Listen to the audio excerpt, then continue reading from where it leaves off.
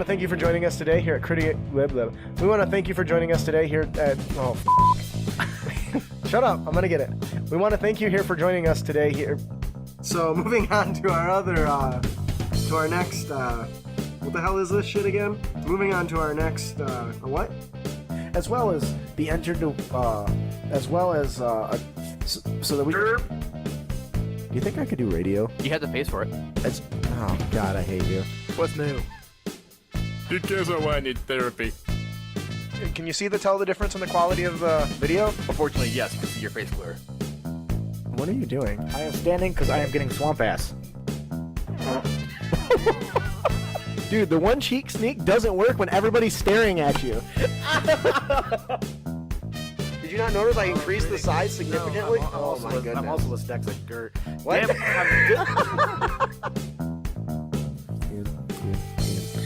Ian. The system is down. If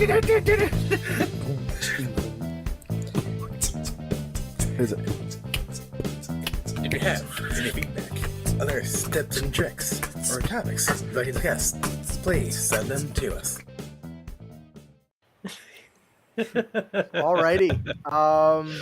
Welcome back to It's pretty good. Planeshifters, episode 17.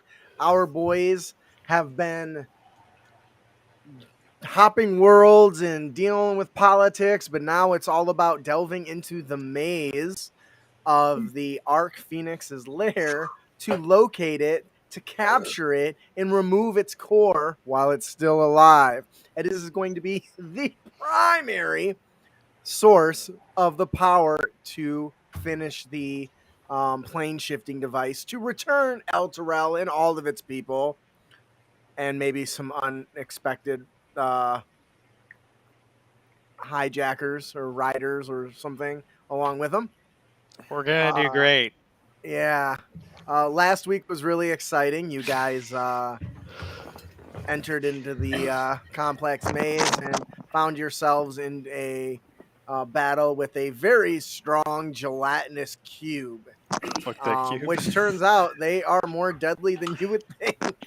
I thought for sure I was gonna die. Yeah. Straight up. Just the way I was like, wow, this is really it, huh?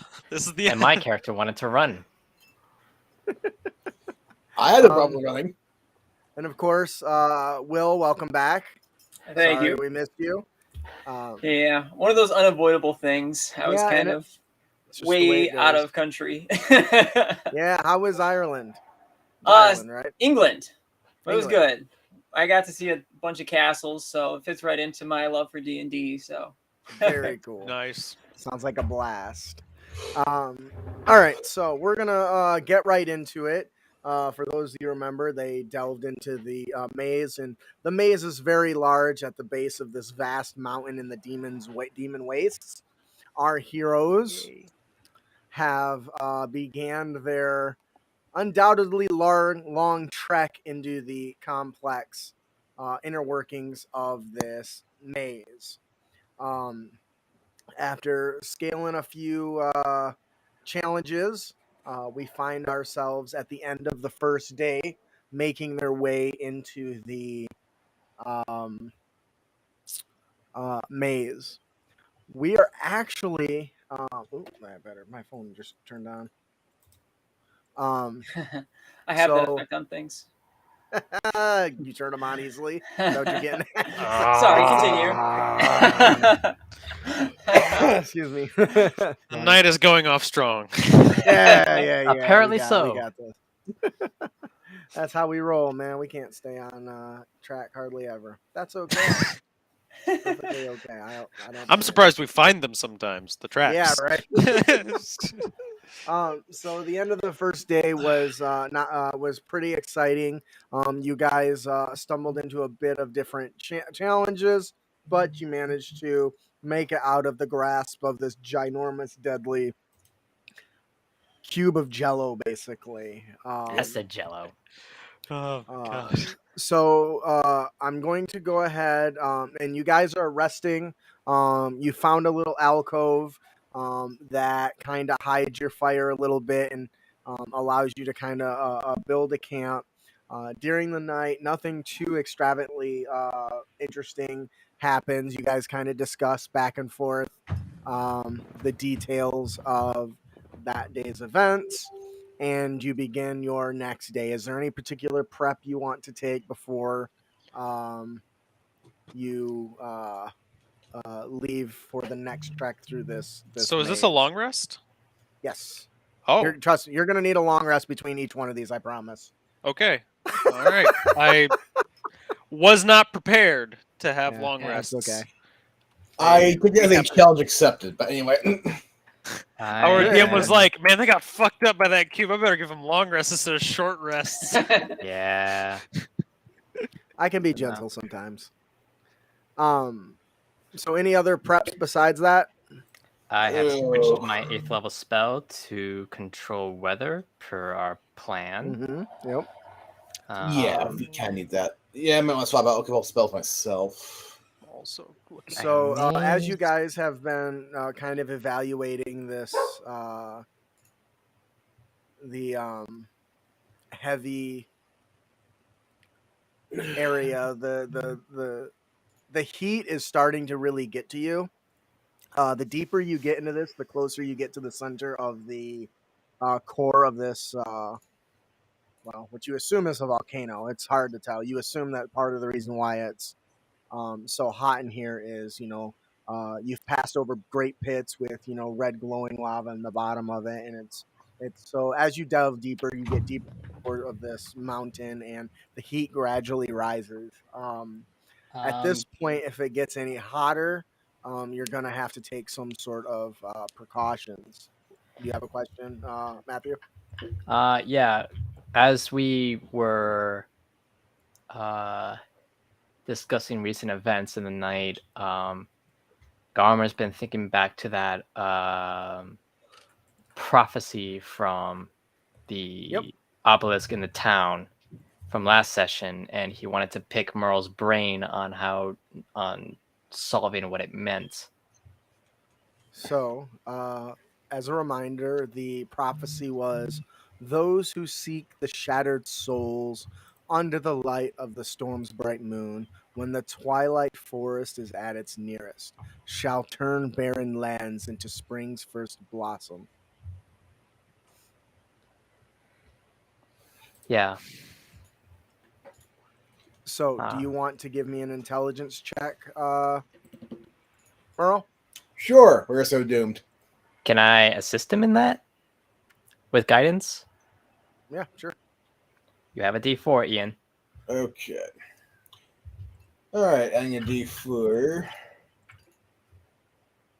Let's see here. Come on, do the thing. Do your thing. Do your thing. That's a roll. There we go. 26. Ooh. Damn.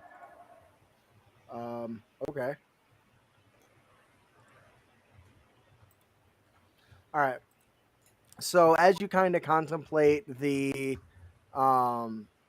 complexity of this, the verbiage on this pillar, I don't know that it said it was a prophecy. It's just been a stone that's had this carved into it for a really long time. Is that not a prophecy, I guess? Or something akin to it anyway? I would say it's akin, but I don't think I ever actually said it was a prophecy. Fair enough. But it's something that's been etched in a massive pillar for a long time. But anyways, you can assume that the shattered souls are probably maybe some reference to the people or creatures that used to live in the demon's waste, and that the storm's bright moon might be the massive thunderhead that has been basically over top of this mountain for as long as people can remember. You assume that the Twilight Forest must represent something that was in the area. So maybe there was a forest in the demon waste before the big thunderhead basically blocked out the sunlight and maybe everything died. You can't be 100% sure without doing a little bit of archaeological digging outside. But just doing a scans of some of the intricate wall patterns and different layers, you think that it might have been rich in nutrients a few hundred years ago. So the only thing that you're able to really um, interpret is that it's some sort of clue to if you can get rid of the Thunderhead, it might turn the barren lands of the Demon Waste back into a potential new regenerated forest.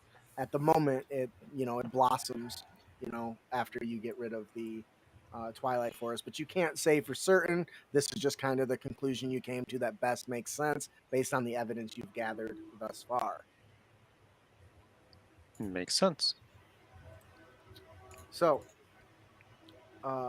we're gonna. So you guys pack up your equipment and you start making your. Is there anything you guys wanted to add to that before I just jump in like that? That's my bad. All right. Let's see. I am, just for the record, during this rest, I'm preparing Stone Shape, which is a 4th level spell. Mm-hmm. Mm. Is there anything else anybody wants me to prepare? Just be on the safe side. I don't know. I feel like we're pretty covered. I feel like we have between like the now 4 of us, I suppose. But I'm not really. I don't really have like a lot of spells that I can really grab unless you guys can think of any paladin spells to begin with. But my spell list is pretty small as is. Well, I'm going to remove Intellect Fortress and replace it with Protection from Energy. It's a good one. Well, we're Let's dealing move with a Thunder Phoenix, so... Yeah. He is going to prepare. Lightning, actually. Garmor is going to prepare the spell Whirlwind. It's a 7th level spell, and it's a nasty one. Okay. All right. Anything else? Nah. All right. So, day 2's travels. You guys are making your way through the complex maze. I am going to need investigation checks from everybody, including you, Echo. All right. Even though you're not there, I'm still want your checks to apply because it's going to determine where they basically intersect with you, basically. Cool. Investigation or survival? I could see an argument made for survival if you're tracking something, but since you're just trying to find your way, I think investigation is probably the most appropriate. Well, previously Garmor heard a noise in a different pathway in the honeycomb tunnels. Right? That was perception, right? Yep. Oh, and I'm also... I'm also trying out Blur for Rope Trick. Echo got a 24 investigation. Okay. He's going to... Lorex got a 14 for investigation. No, wait, why do I have 15 that? for investigation. Unless it was somehow survival, then 15, but otherwise it's 14. No, 14. 11 for Garmor, and that's with guidance. All right. So as you guys are poking around, you come to once again. This maze is basically just jagged openings in this mountain. It's not a carved shape, and if those things that are cut away are done very sloppily, a dwarf would have a heart attack if they came in here as any sort of defense mechanism. You do spot. Or you do notice a few things as you're kind of peeking directions. Most notably, the thing that stands out as you come to an intersection, and you all can feel the heat rising from one direction, which might imply that it's leading you closer towards the center compared to this 3-way direction. So in one direction, it slopes down a little bit, and the heat seems to be a little stronger. In that would be the exit to your, or the pathway to your right, and there's an upward sloping path that looks like it's a couple stairs, very loose stairs, right? Just kind of like somebody shoveled something out there that goes up.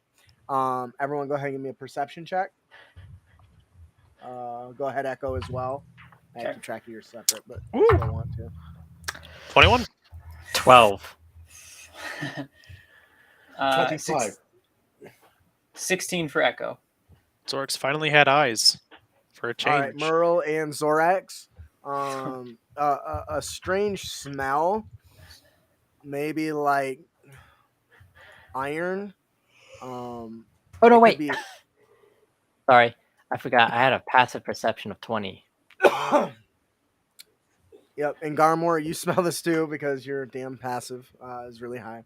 You smell this bit of iron. You can taste it coming from as you kind of get closer to the pathway to the north. Whether it's iron in the walls or the smell of blood, the two are very similar. And then everyone give me a survival check. I have advantage because of my talent. Just going to use guidance. That's a good old 3. 13. 22. And then 10 for Echo if I'm doing one. Yep, you are. Okay. Sorry, I'm gonna narrate all yours kind of at once after All I right. narrate theirs, because otherwise I was gonna try to go back and forth, but I feel like that's just gonna confuse the hell out of me. Come on, Peppy. When I'm playing as a player, that's fine, but it's hard when you're on my lap when I'm running things here. So, all you guys notice that coming from the path to the left, you can't really see around the corner. It's very dark. It bends right around a corner, but you can hear what sounds like a squealing or a squeaking. Everyone can give me a nature check, except Echo. You don't need to do this one. Nature. Let me confirm with my talent. 13. 16. I have advantage, and he's going to guidance himself. Let's see. Going back to stats. Nature. 26. Nature for Garmor. Ooh, that's really good. So Garmor, as you're hearing this noise, this strange squealing or squeaking, you start to the sound is reminiscent to you. It's not an aggressive thing. You think that this is a potential mating call of a very specific creature. As you kind of pour through the creatures you've studied in the past or come across, you ever have something right on the tip of your tongue, like it's familiar and you have a sense of foreboding, but you can't exactly put your finger on it. And the more that you kind of think this through, the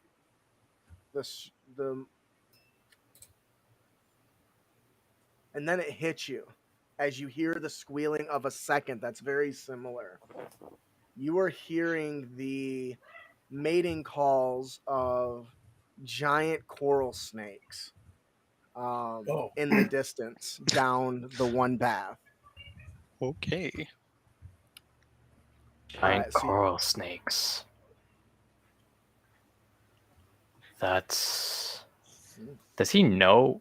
Based on that roll, does he know what they are? Yeah. So there are massively large creatures, like the size of a bus, and they are one of the few creatures that their bite, its toxin doesn't affect the body as much as it does the mind. Some say it can even cause you to go mad. Psychic poison. Well, something to the effect. More like it sounds like hallucinogens more than anything to me. So, I'm pretty sure if I got bit by something the size of a bus, the poison would be something I worry about the least. Yeah. I thought That's that funny. this is about like a giant wall-to-wall cube. It's like, the acid's not really the issue, it's the fact I can't get around this thing. all right, And so Garmor now you relays have that. 3 paths basically. Oh, go ahead. Garmor relays the information to Merle and Zorax. I don't think we want to go up against something like that's the size of Ravnican transports. It's something I would rather avoid. But if, I mean, I don't know the right way, so what do I know? Well, it sounds like the far left is off the table. So you've got the other 2 remaining. The increase in heat to the right and descending, which seems like it might be leading more towards the center, or the what did I say was at the top there? Oh, shit. What did I say was at the top? Something just about like know- an iron smell or something? Was That's that the the one. same one? Thank you. Okay. I just know you're looking at some huge map of big maze that's just so confusing, and we're just here like, I hope we don't go the wrong direction. Like it's gonna make a difference. Yeah. The actual way it's laid out is kind of nice, and I basically pick options. It's just trying to remember which ones I pick. That's good. Actually, Doing laid good, out DM. Really nice. Well, So you got the stench of blood or iron or increased heat, which, mind you, the heat is already kind of bothering you. It's mostly uncomfortable at this point, but if we go towards the heat, we're all gonna start getting. feeling the burn. Yeah, we're gonna start feeling a little uncomfortable and probably fighting some lava here pretty soon. And I don't know if I really want to deal with that. I think I'd rather go towards the iron smell personally. Yeah, that might be best considering that our target is at possibly the top of a mountain where a perpetual storm lies. Oh yes. The irony is that I'm going to be set on fire anyway Irony. by whatever we fight, Irony. so it doesn't matter. Yeah, well, To the blood and iron, I guess. That's my All vote. right. shall we proceed with caution then? I mean, we probably should, but here I go marching. I mean, the But fight's the- nothing to do in the first place, but hey. What does your sword help you sense any souls up ahead? What you got for me, DM? Anything? Not a damn thing? So after, Oh God. as you guys start, so you're going that way, right? Upwards and onwards. Excuse me. Sorry. Preferably where we. So as you don't guys die. start making your way up through this, you're following behind Zorax. The pebbles and rubble and stuff is kind of hitting on your foot. Your walking is all broken and twisted because every time you step on something, a rock under your foot gives, or part of the floor gives way. It's very uncomfortable as you're making your way through this area. But as you, what is the range? 60 feet? Is that what it is? Yes, it is. All right. So as you guys begin making your way through this, let me pull my thing up here.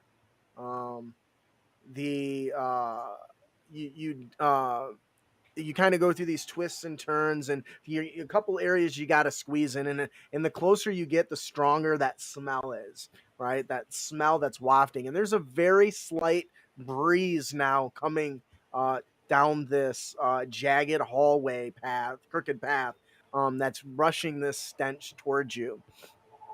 And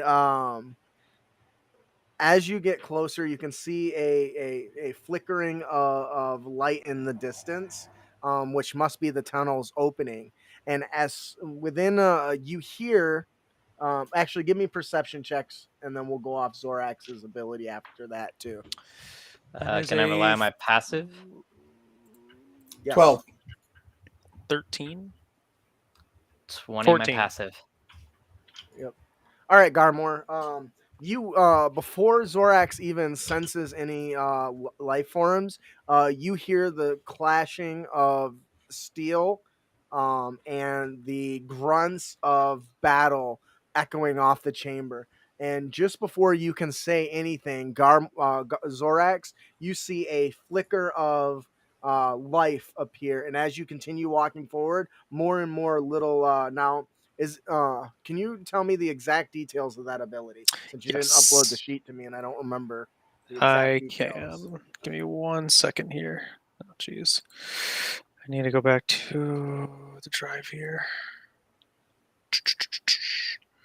Give me 1 second. This should not be as hard to find, I feel like. You would think, but that's not. You the would way think, Curse right? goes. We're... what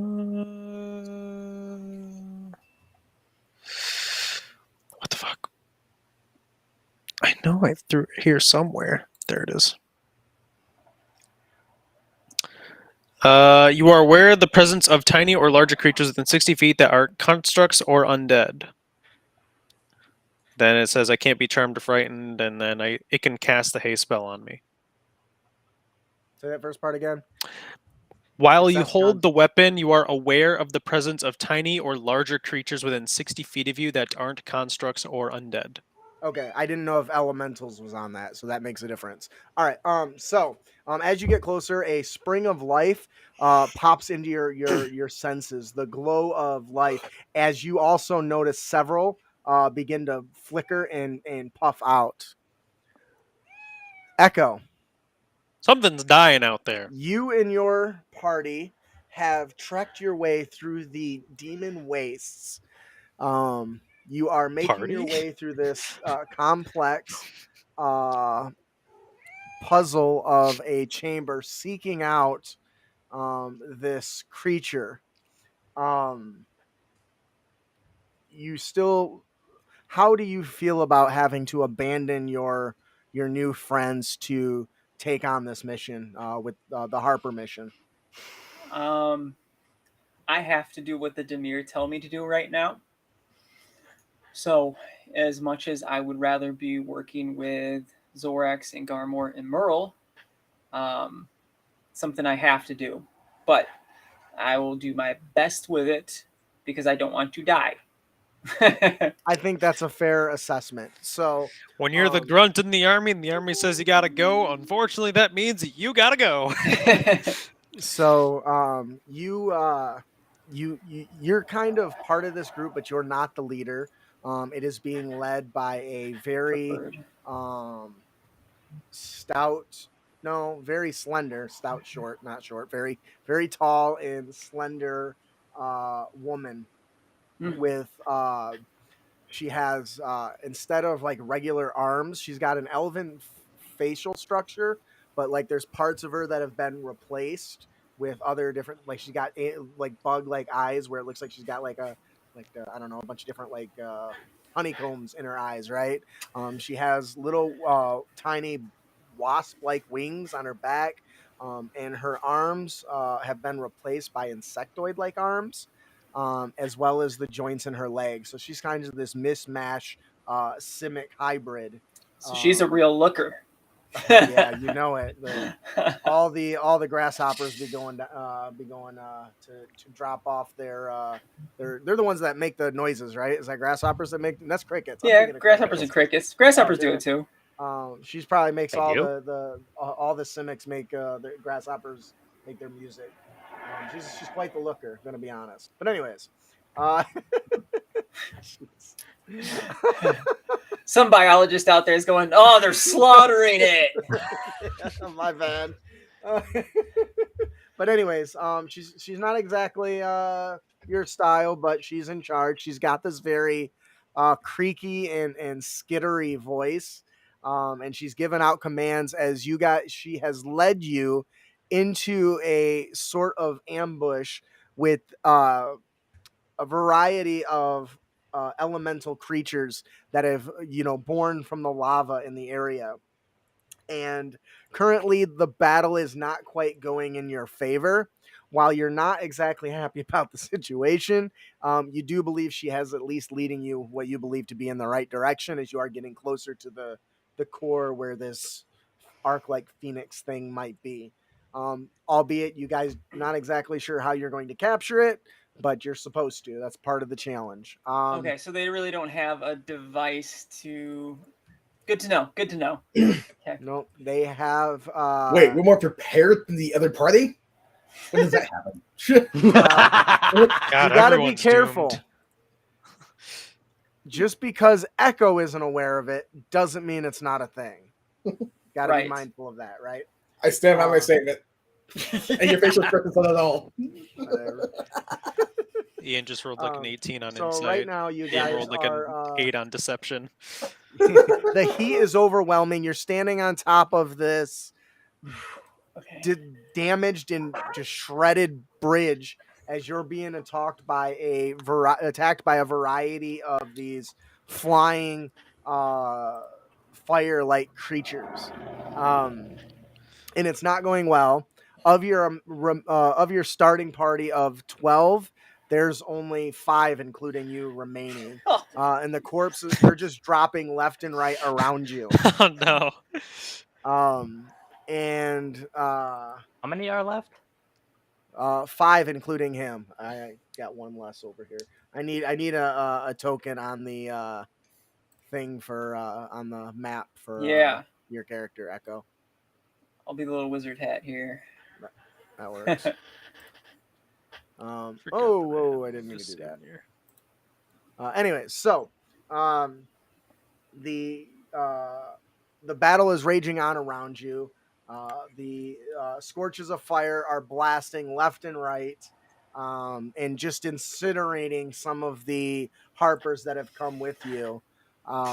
And this woman, this Simic, who you know as Lieutenant, Second Lieutenant Narder Eves, Narder Eves, Narder Eves, as commanding that several of you fight him off, and you and one other guy take them off your attack or distract them so her and several of the others can escape so they can complete their mission. So she looks at you. She looks at you and a one of the Loxodon next to you and says, "You two stand and fight while we complete the mission." And they begin to kind of retreat as you are stuck fighting these creatures. I am going to need a Arcana check for you to actually identify what they are. 3. Oh, that's not great at all. Terrible. Oh boy. So these creatures that attacked you, you're not sure what they are. The one thing that you are 100% certain of is they are surprisingly intelligent. They clearly are issuing out commands and are overwhelming your party. In spite of being elemental creatures, their armor is almost like hardened coal, or almost as hard as steel plate. Huh. Making it a big challenge for you. You were quick to realize they are immune to fire, and poisons don't seem to do much. And it's really hard to tell in the scuff of this battle whether your even regular attacks are making a dent. Can you drop them on the battle map? I'm working on it. Perfect. All right. So while that's going on, this battle is raging around you. They're slowly beginning to retreat. What is going through Echo's mind at this point? Echo is trying to figure out how to leave this Loxodon to fight them and kind of move back while he fights. Maybe kind of put the responsibility of it onto somebody else. Trying to basically think of a strategy to get out of here, basically. Yeah, That's- without that's looking totally fair suspicious. enough. Yeah. I'm gonna need you to give me an I don't know, would that be an intelligence check? Probably be fair. Okay. Tactical. A 6. Boy, you're not doing great. No, No, he's not. no, that's not My great other at all. rolls were way better in preparing for this rather than actually getting into it here. That's just the way it goes sometimes, though. Yeah. I do have an idea, though, of how I want to... In addition to these creatures, whatever they are, you're being assaulted by a few of the some weaker flying, very obnoxious creatures. Go ahead and give me an Arcana check to determine if you know what they are. It's a crit failure. Wow, you're just on the ball. Straight today, 1. aren't you? Yeah, I've rolled a 2, a 3, and a 1 in a row. Now remember, Wow. crit failures only apply on attacks. Yeah. Thank goodness. I'm not gonna Yep. have you like hurting yourself. It's mostly just to determine Hurt if he my knows brain. what the creature is, right? Yeah. I so- think you could probably eat it, maybe. I don't know. Maybe. So as you look, the only thing you can make for sure is that they are made of some sort of. They almost look like they're made of magma. They cackle a little bit. They don't seem to. You don't speak Ignan, do you? Primordial. No. I know a Yeah. lot of language, but that is not one of them. Okay. So once again, these creatures, despite their alien appearance, they certainly are intelligent enough to form strategies, as they are kind of keeping their just enough distance to be dangerous. They swoop in, they swipe, they breathe fire. On top of the heat that's already in here, it is not looking great for you, as your allies are trying to retreat and basically abandon you after she gave the command. I'm going to make one of these tokens glow, so it shows that it's her. So with Okay. that, Cool. our party here, you are surrounded by these things. Just for the purposes of simplicity and to move forward, we're gonna jump to the party, so everything kind of comes together in initiative order. Yeah. So as you guys approach, Zorax, you do spot that several of these these spirits are just dying out. They're fading out. The clash of battle, the sound of scorching, flame, like just kind of is filling the air as you guys get ever closer. And the first thing you notice, Garmore, immediately is you hear, let me ask, is Echo in his normal form? No, Echo. I'm with the Rakdos, correct? Yes. Yeah, I look like a member of the Rakdos Okay. party. All right. That's just you shapeshift though, so your smell and everything would change. All right. Well, this Yeah. is gonna be fun. So you guys approach and you So we see- don't know that Right. it's Echo. Oh, Okay. that's Yeah. a dangerous game, DM. Well, it's you might wish at the moment. I wish Zorax could see the soul of a person and decipher what that soul is. Yeah, because not being able. So what I'm gonna do is I'm going to change your icon, and I'm going to pick one at random, and I'm gonna tell you which one it is. But only you, so they literally don't know which one it is, That's Okay. because awesome. that's way more fun for me. It's gonna be great. Oh, I see how you're doing this. This is clever, dude. And also very dangerous. Yeah, that's how I Yeah. roll. Well, I guess if I don't cut it down in one swing, probably not Echo. It's funny that you think it'll go down. They'll go down in one swing. So anyway, Oh no! If I hit it with a hard enough smite, it probably will. so as you I guys probably will. smite, and he's just like he like falls over, his head rolls over, and the body shapeshifts back. And I'm like, oh god, guys, I killed Echo. It's just Hurry, an illusion. revivify! Bring him back from the dead. Oh, revivify. Could have used that in the past. Yeah. How to bring Death some is people only back. an inconvenience. That's funny. All right. So as you guys approach, you see an ongoing battle of these. You recognize them as Rakdos people, so they've got very much look like entertainers with weapons at the moment.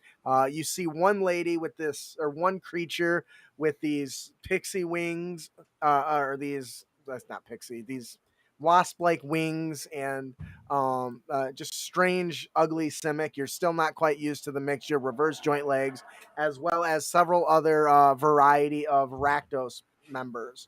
You clearly identify him as Rakdos, not a problem. And you guys were aware that there was some sort of crew already heading in here. Do you remember what they're called? The Emerald Claw. Yes. So you suspect this is probably them, but you're not sure. They are currently battling out with these flying imp-like creatures that are just scorching them with flames. As soon as you enter in the opening, the heat from the magma below you just kind of washes over you, and the area is just very intense. They're fighting for their survival. I need you guys to give me Arcana checks to see if you can identify what some of these might be. And then you can go ahead and put your tokens right at the beginning if you want on the battle map. I rolled a 25. I don't know where I beginning rolled a 14. is. Over here on the right. I don't see a battle map.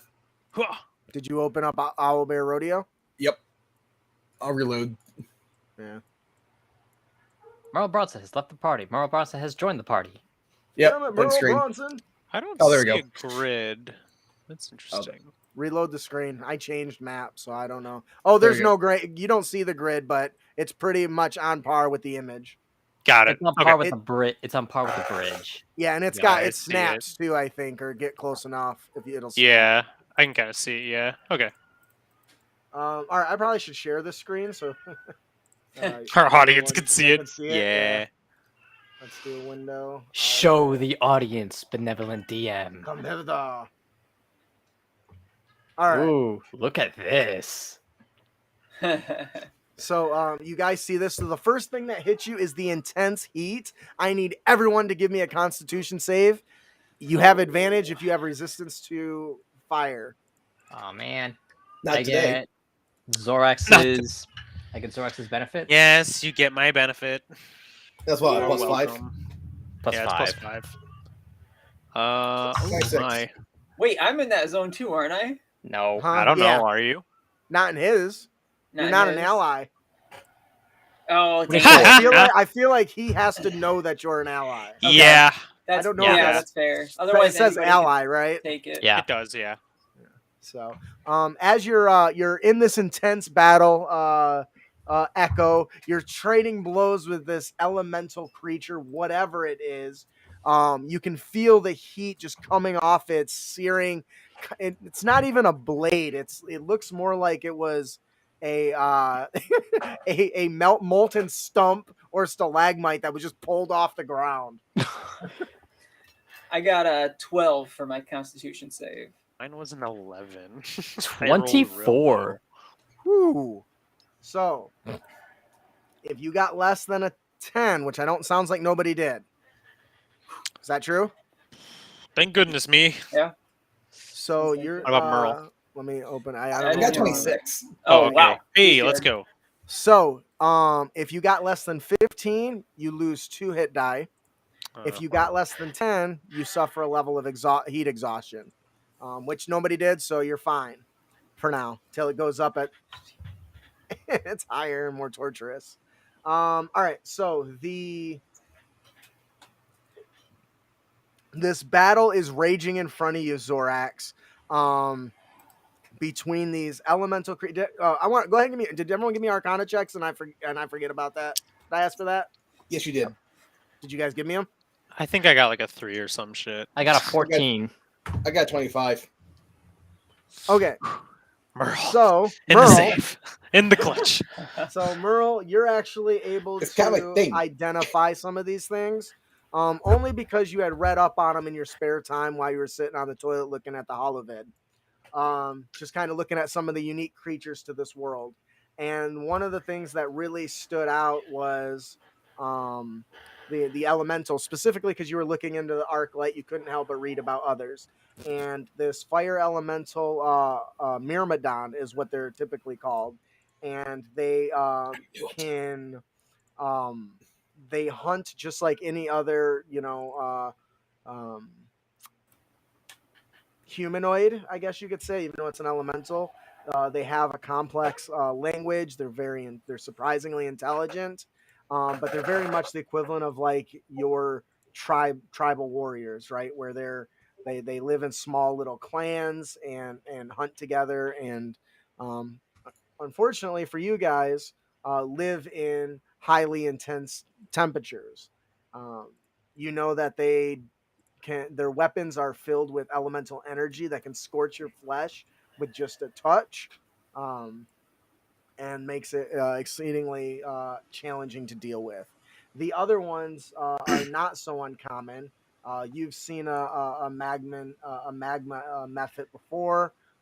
These clearly must be just such a simple design of the multiverse that they're common, and you've seen them before. You know that they are dangerous. Specifically, upon death, they explode in a burst of flame, making them more dangerous than when they're alive in most cases. On top of that, they can breathe and channel fire. So be wary. So, Zorax, this battle is raging around you. The heat is really starting to get to you. What are you going to do? What I always do. Smite. I'm gonna hit something. Wait. One, Let me give you a two, hand once you get in range. And how? Just move up and hold your action. Okay. You don't want to just tell me? Okay, don't- he's gonna cast Fairy Fire after you get close enough before you attack. So you're saying is after I see you cast Fairy Fire, that's when I hit them. Yeah, because you want With that advantage, advantage, yes. don't you? 1, 2, 3. So I think he's saying run in, then hold your action. Yeah, so I'm gonna get right here because that's as close as I can go while going around the crack here. I guess I could have jumped technically, but and I hold my action, sword in hand, and I'm just waiting for Garmor. All right, you've developed a strategy during your downtime. You and Garmor kind of back and forth. You've been pals together, so you're getting used to each other's combat Pals style. is a bit of a stretch. Well, you've become allies of We're acquaintances with a yes, similar goal. acquaintances with strategy. You dash in, you look back and glance directly at Garmor and kind of give a nod as you draw your weapon, and you hear, "Father, let us destroy these monstrosities." It's going to be great. I know it will be. Why aren't you swinging, Father? Swing now, swing, get him. And she's starting to get as excited as you when it comes to fighting. She's Yay! A child Destroy the wishing for beast. violence. And with that, I need a 20-foot Garmor, you see as with a kick of dirt, Zorax charges in, glances back at you, acknowledges you, begins to draw his blade. What do you do? Well, for the purposes of owlbear, I need a 20-foot cube centered where Zorax's opponents are. Are you asking me to do that? Yes, please. Where Zorax is, a fine. cube? I don't know how to draw a cube, but I can give you a 20-foot what? 20-foot cube. So it goes, Like all the this? way out to here. You're like this? Oh, Yeah. yes, like that. Yes, Where's thank that? Is there you. like a shape drawer on here? Yes. Oh yeah, I found it. Oh, I just don't know how to bring up the other options. I can bring up. I don't know how to move it after you draw it, but yeah. Oh, I see it. Never mind. There's a hand button, I think. Oh, that moves. the Should map. we change the color so it's not red? I don't know. As soon as you do it, undo it if you can with the undo button, so Yeah, we know. I'm Do it and yeah. then undo it. All right, so you're gonna hit that spot, which basically means you're gonna get these critters. So Woo! I'll make them. Can I do double green? Oh Nope. wait. Yeah, I was gonna go with blue color for the fairy fire. That works. Woo. All right. What else are you gonna do? Anything else? Mm, Because yeah, that gets all of this stuff. oh, they They're need to all make a enemies. dexterity save. Anyone within caught in the fairy fire must make a dex save. There you go. DC I'll 18. roll 1, 2. I'll roll 3. There we go. There you go. Oh, 1, that catches a 2, good 3. handful. All right. I think all of those pass except. Wait, what is your save DC? 18. 18. No, I am. Oh, we lost Will. He'll be I back. will.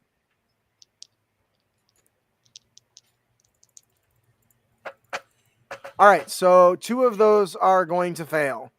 So that means Wait. the hovering one up here is going to fail. So you were saying you want to make it blue, Yeah. and these 2 are gonna fail. The ones that succeeded are the Oh, other no. bad guys. So yeah, that's unfortunate. All right. Wow. So, as you quickly speak a word, a flower quickly blooms and begins trembling and shaking, scattering this glittering purple dust everywhere, all over the creature. Several of them, these large humanoid elemental-like creatures, manage to kind of jump out of the way and shake off the little bit that they do get on. But unfortunately, you capture 2 of the Rakdos soldiers as they're kind of flailing around a little bit, and are too busy and too distracted with these fire elementals to really do much about it. And you can see the flittering fire elemental hanging over the edge of the bridge that has been coated in pixie dust. So, Zorax's opponents in front of him have succeeded in the saving throw. Hmm? Yeah, which ones failed? Which one? So The one, if they got a These blue ring guys- around them, they failed. okay, so these 2 in front of me succeeded. Got it. Yes. Okay. Yeah. Oh well. I mean, I'll still take my attack action now, I guess. Yep. Is Will back in Restream? Nope. I don't know. I Let me think so. check. Nope. It's time to cause violence. It's time Oh. for violence. Whoever casted the blue thing, can you undo so it's gone now that we don't need it? Well, No, doesn't it stay in place? Yeah, it Yeah, it's a stays concentration. for. Oh, it does? Okay. Yep. So they have to. Do they have to make that?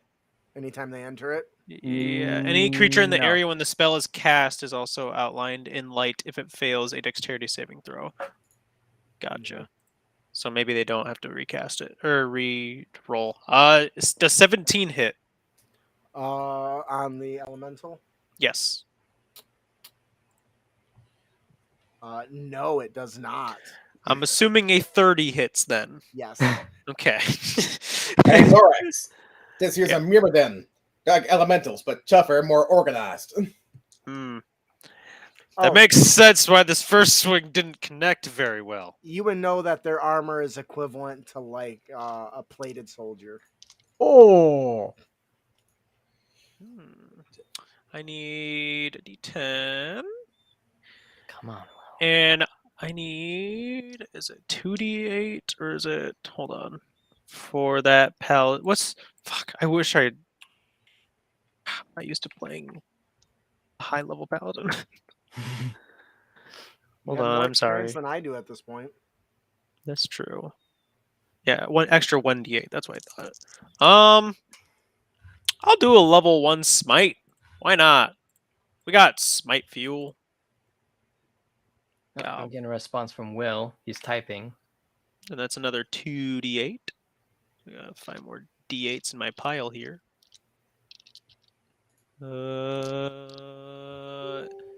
It is surprisingly hard to find all these D8s that are apparently missing. Where did they go, you may ask? No one will know. There we go.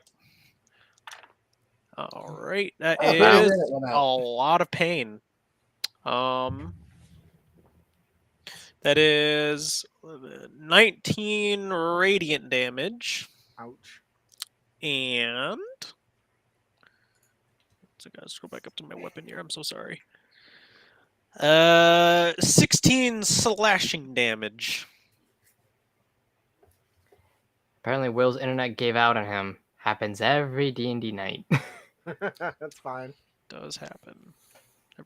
We'll just put Merle above him if he's not back in before it's his turn. Which is after mine. Yep. So there we go. That was the damages.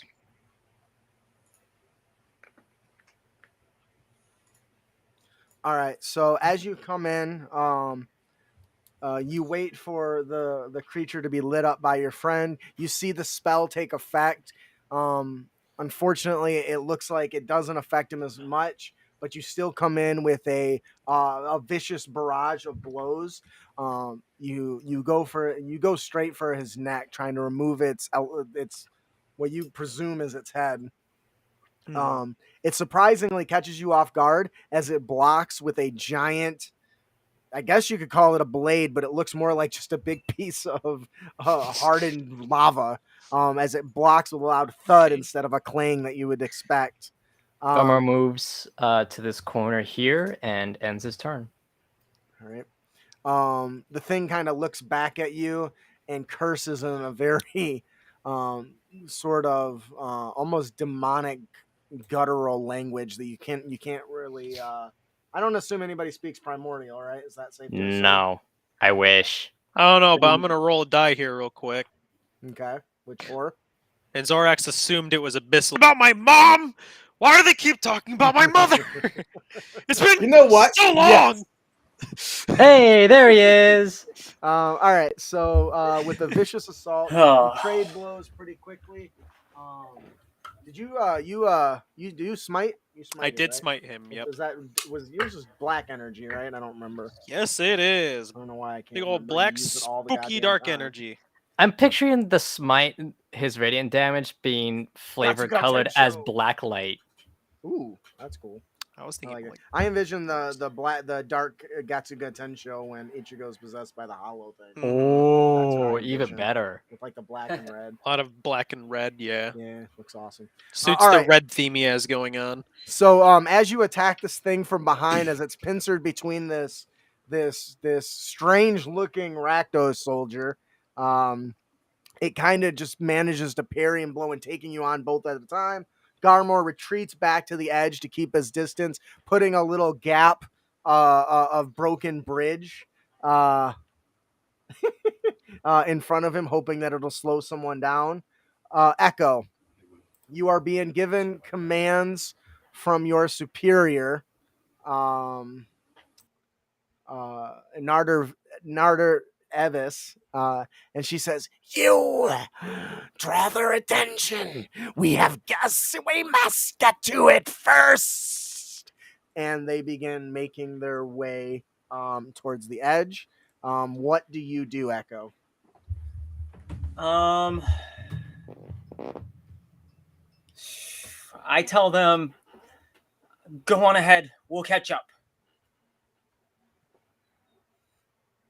Okay, I'm not gonna make you consume an action for that. So they kind of nod, and you hear the Loxodin. Do you think they left me because I'm so huge? They left you because they're confident in you. So am I. Don't die. No. All right. Roll deception. You gotta gas him up a little bit right before you leave him. All right. What are you gonna do, Echo? You got your action bonus and movement. I am going to actually use a meta magic option, Quicken Spell, which allows my bonus action to be an action. Okay. If I'm reading it right. So That was the opposite. It makes an action a bonus action. It makes an action a bonus action? Yes. Well, how is that helpful?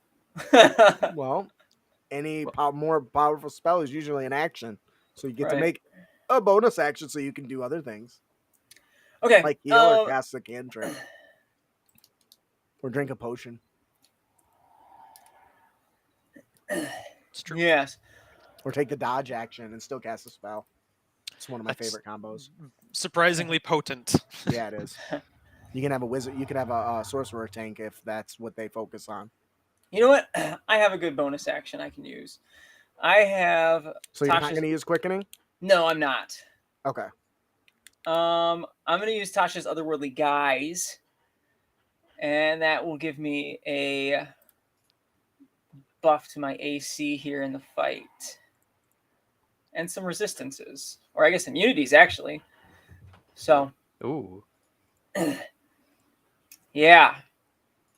So Yeah. this makes you, if I remember, makes you immune to fire and poison, right? Right. So I am going to use that as my bonus action. Oh, and you gain a fly speed. I And do. a +2 bonus to armor class. And all your Yes. weapon attacks are magical. It's really And good. you can use your spellcasting ability instead of your strength or dex. And you can attack twice instead of once when you take the attack action. It just turns you into a fighter. Yeah. Why? Wow.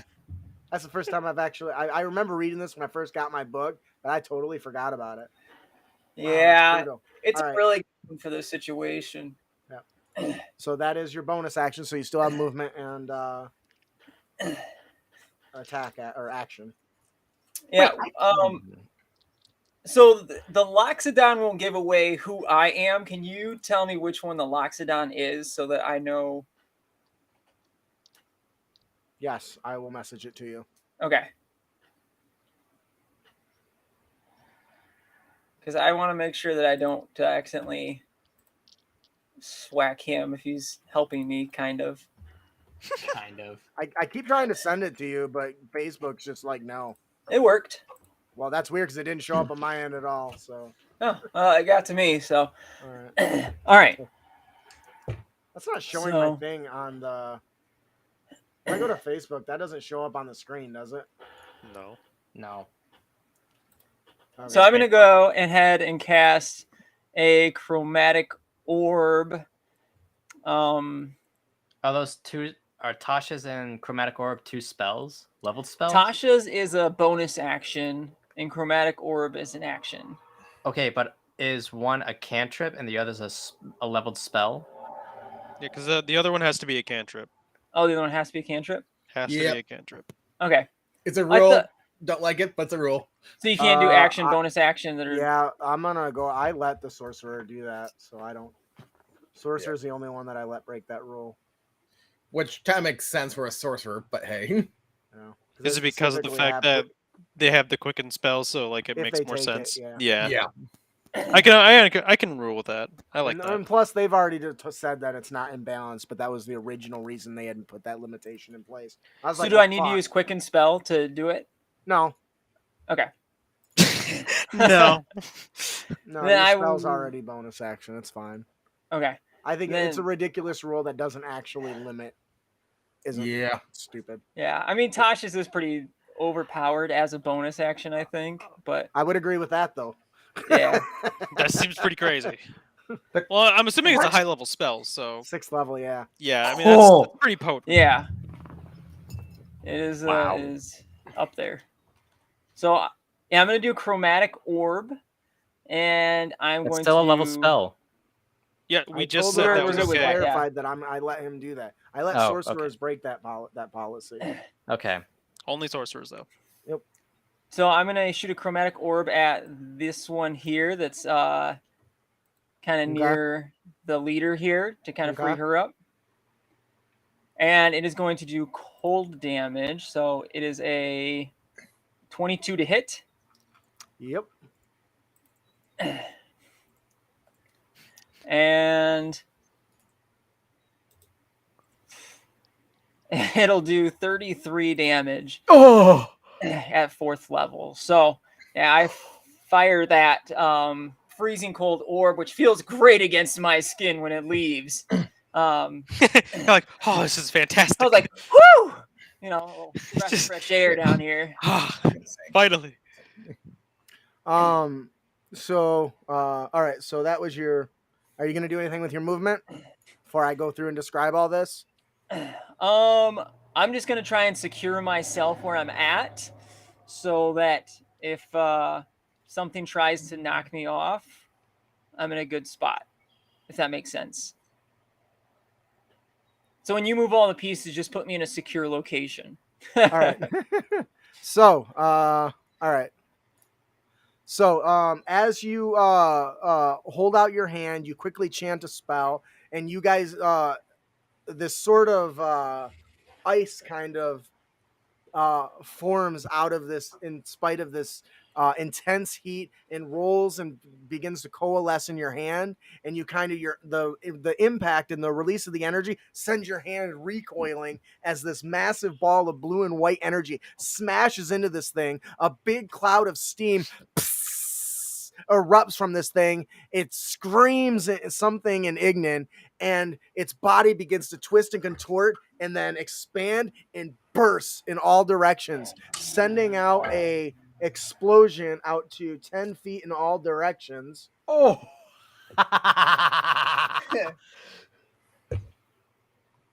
What a way to slow down the boss.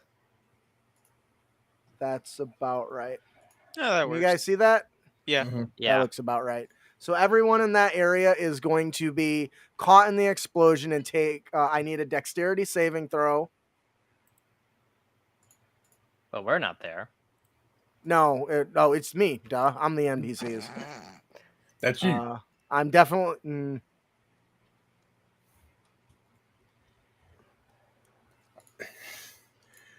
All right. So the NPCs. Where's the button here? There we go. We can undo that now. This guy's dead. The NPCs. The Rakdos group takes a wave of explosive fire. Let me do their saves here.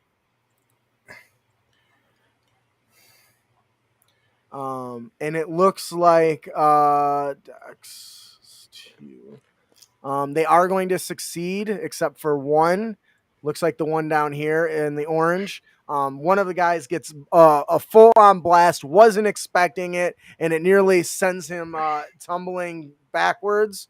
But you see kind of the fire watch over him, even though the impact pushed him back. You kind of flicker and see that he just kind of dusts it off. The other two, their clothes just burst into a flash flame for an instant. You hear them bellow and scream as their face kind of contort in pain. And one of them drops to the ground. Oh. Rest in peace, You buddy. see a bit of anger and shock in this Simic's face, and she says, "Fools! Fool! Look what you did! They explode upon death! Do not kill them! We will escape!" Get out of here! I'm trying to help you.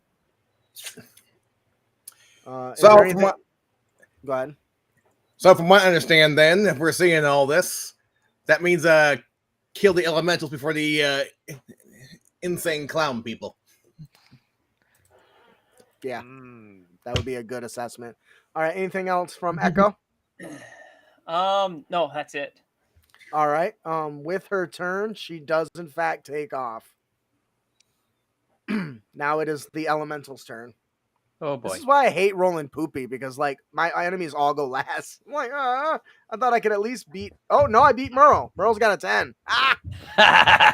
Sorry, Merle. That's okay. Ian, we can't see you. You're a black screen. I see that. I don't know He's why. more than a black screen. He cast darkness. On his I think I camera. have soul sight. I could see his outline. There's something weird in there. We know you're there. The color of your soul is, well, it matches the darkness. It's weird. You have to know why it's black. I really don't. He is what it is. Anywho, Oh, come on.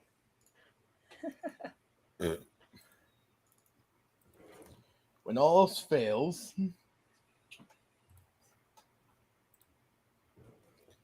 unplug and plug it back in.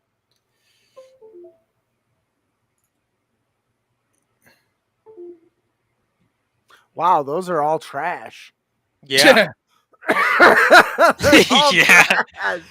Those are all terrible rolls. Luckily, There at we least the I think the Myrmidons get extra attack at least. They get 3 attacks, but geez, that's brutal.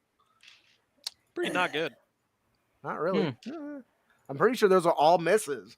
I don't think a single one of those hit. What the hell? That's Is one of them bad attacking me? news. Huh? Is Yeah. one of them attacking me? Yeah. It got a 11. That's a miss. hits I'm a you. 16. Yeah, I know. I was gonna say I'm Good pretty plan. sure they Kill the all clown are people. misses. These elementals apparently aren't a threat. Never mind. Kill the clown people. All right. Well, So that looks like a hit. yeah. So this NPC in orange is going to get hit. This one is going to miss, and an 18 plus 7. I think that Does hit. It's going to hit your AC. So that one's going to hit you. I'm going to give this a color here. Red. All right, so let's roll damage. Here, miss 2 hits. Let's do the last rolls actually too. So hit.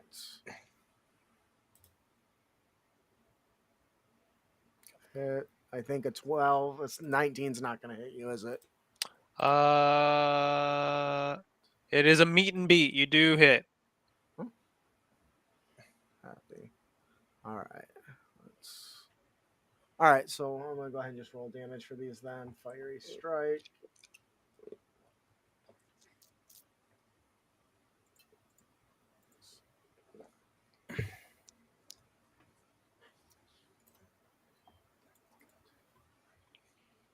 You know what? Fuck that.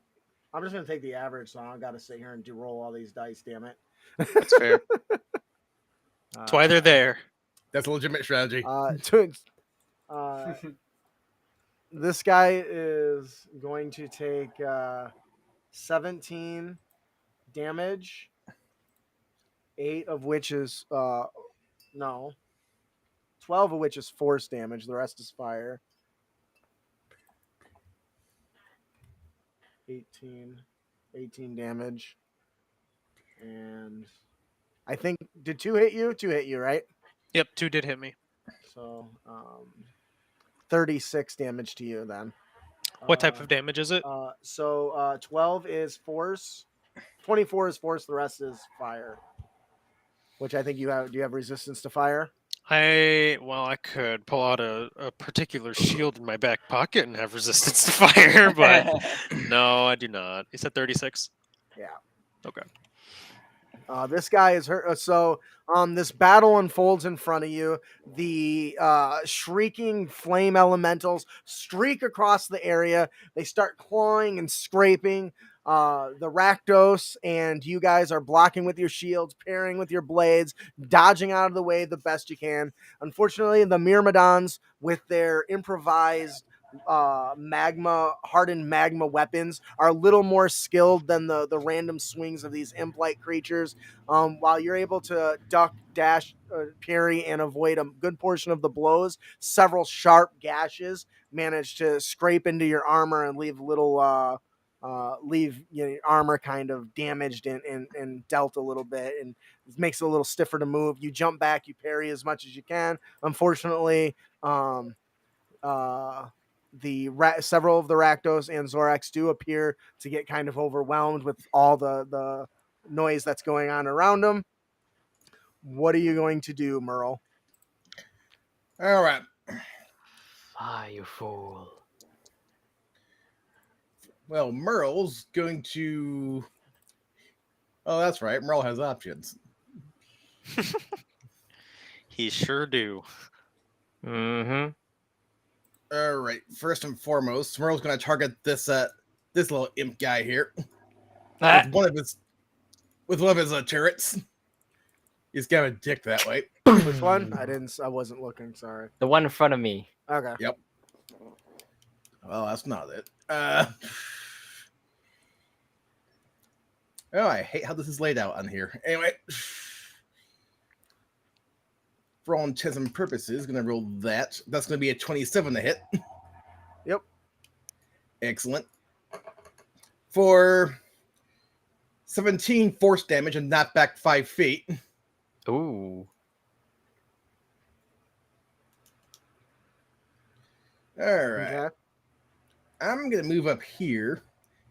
Target this guy with my other arcane turret because I got 2 now. Yay! He's got 2 guns. 1, 2, 3. There we go. Yeah, let's go back up here. Roll this. 23 to hit. Yep. All right, and that is going to be 14 force damage and knock back 5 feet. This one right here. No, this one right here, This one here. because I had advantage to attack. Yep. Oh, that's right. I have advantage to attack. These ones you don't have advantage on, just on the soldiers. But aren't they? That's right. Anyway, That's Yeah. just these ones here. all right. And I'm going to, for my final thing, hit it with a ray of frost. Pretty good. Ooh, I like that. 30 to hit. Yes. All Knock right. it back too. No, Slows it down. slows it down. I was like, did you just knock my shit off the edge of the fridge? I thought about that. Wow, that's a pathetic roll. And 15 cold damage. And it's slowed down by 10 feet. It's on my next turn. All right. And I'm going to move back here.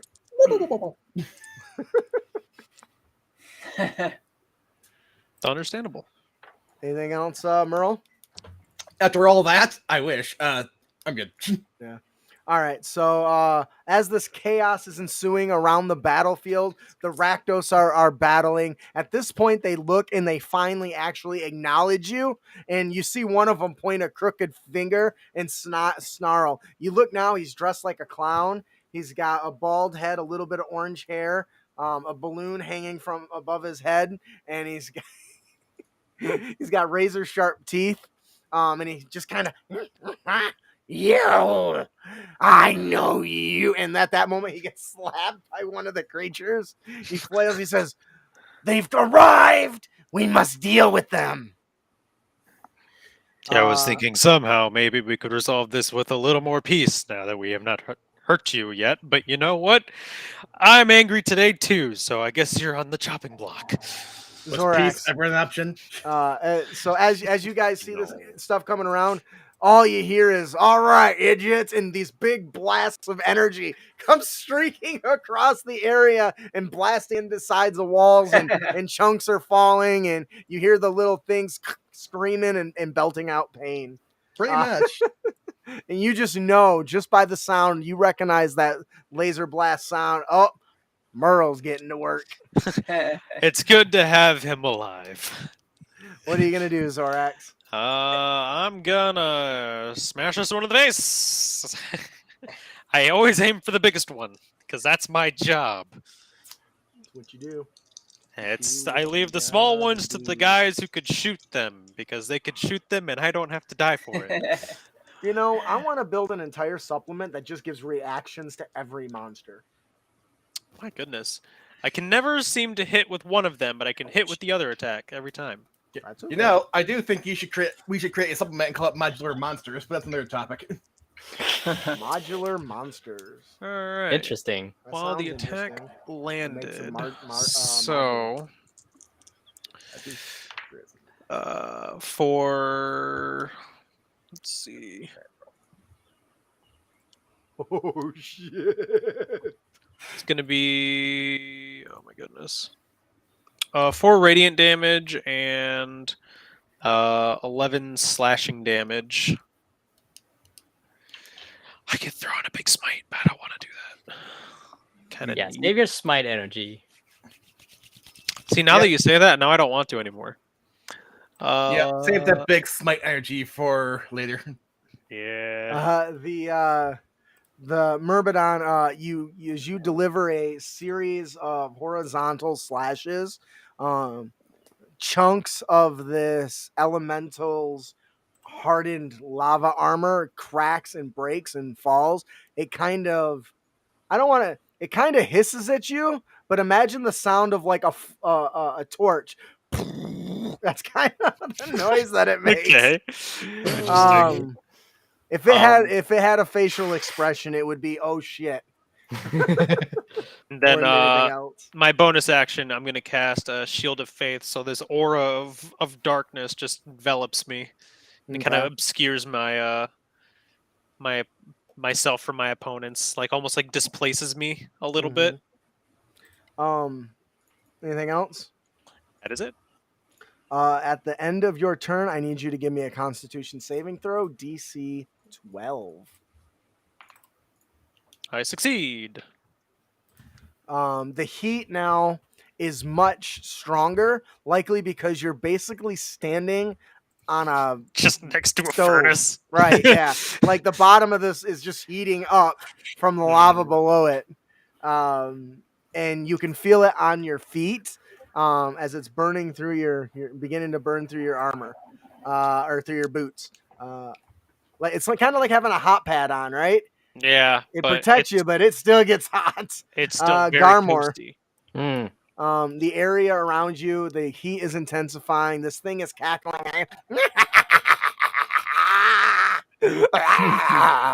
Just losing his mind. So if I move, do I provoke attack of opportunity? No, because it's no, it's over 5 feet it away. Should be in the next square. It's not exactly. Yeah. Oh, that's the same square right here. Because Merle was diagonal to it, right? So wouldn't it go diagonally back? Like Merle was standing right where he was. Yep. So how does it? Well, this thing made a claw attack against him. So yeah, before Merle shot it. The pushback. Oh yeah, you're right. Merle knocked it back. Well, no, I think he was here to start, wasn't he? Yeah. And he got but Merle's also standing where he is. So is the pushback 5 feet or 10 feet? It's 5. 5. So that still keeps him within. Okay. Within range, right? Because he moved in front of him to claw him. Yeah. And then he got pushed back this way.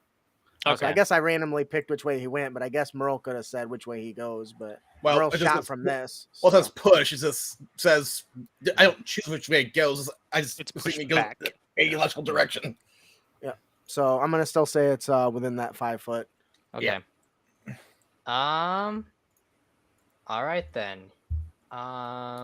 He's gonna take a chance and move down here. And he is going to target. Okay. 16. That's not going to do it. Okay, he misses, and he tries to swipe.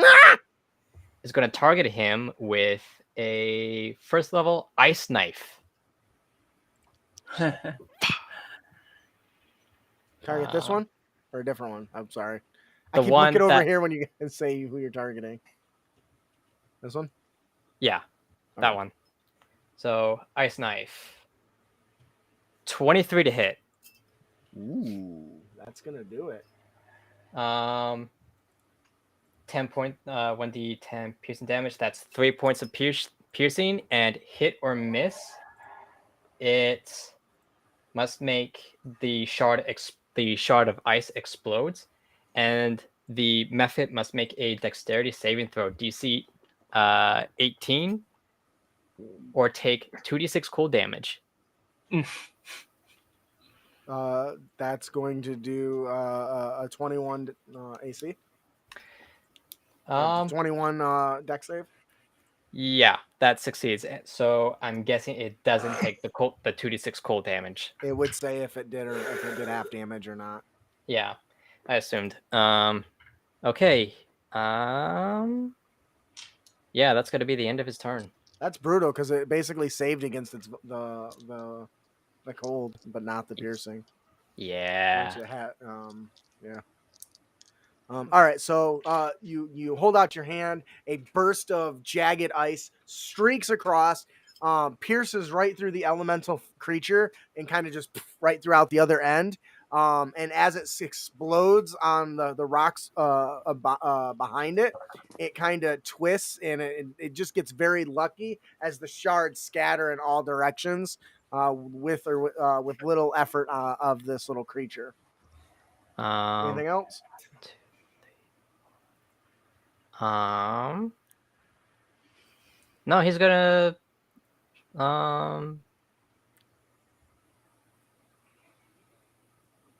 one, two, three, 4, 5.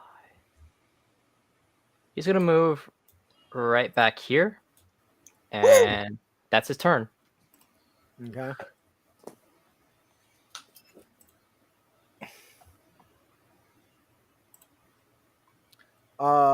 The Loxodon begins channeling a sort of, its trunk kind of flails about a little bit, and you see this green energy, this green mana flow around it, and a blast of almost what looks like leaves, energy in the form of leaves, as it blows and swirls around one of his allies over here that's surrounded by an orange, surrounded by two of these targets, and it restores.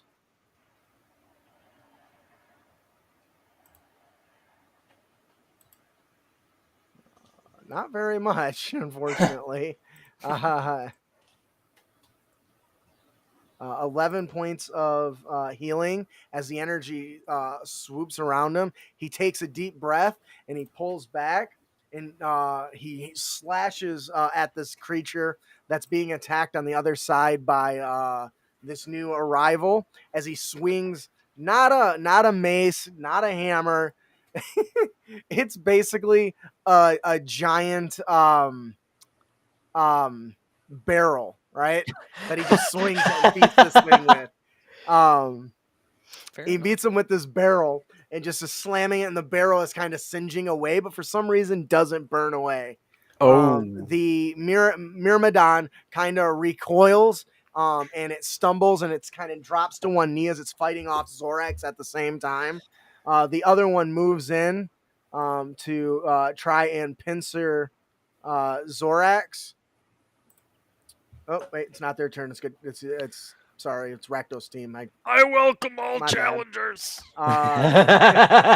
This guy moves up and tries to engage him. So you notice this Rakdos is a little bit shorter than most, probably about 4.5 feet. He's got big horns. He's got a goblinoid-like face, and you see him wielding his weapons.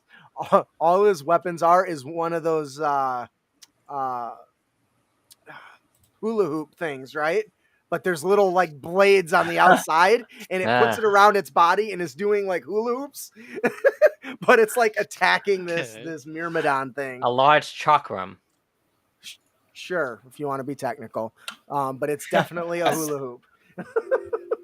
It's just because they're entertainers. But yes, it's a chakram weapon. As he's doing the hula hoop and he's doing the thrusting and everything, and it's slashing at him and dancing, and in spite of his little goblin face, he's got a big grin on him, and he's dancing away.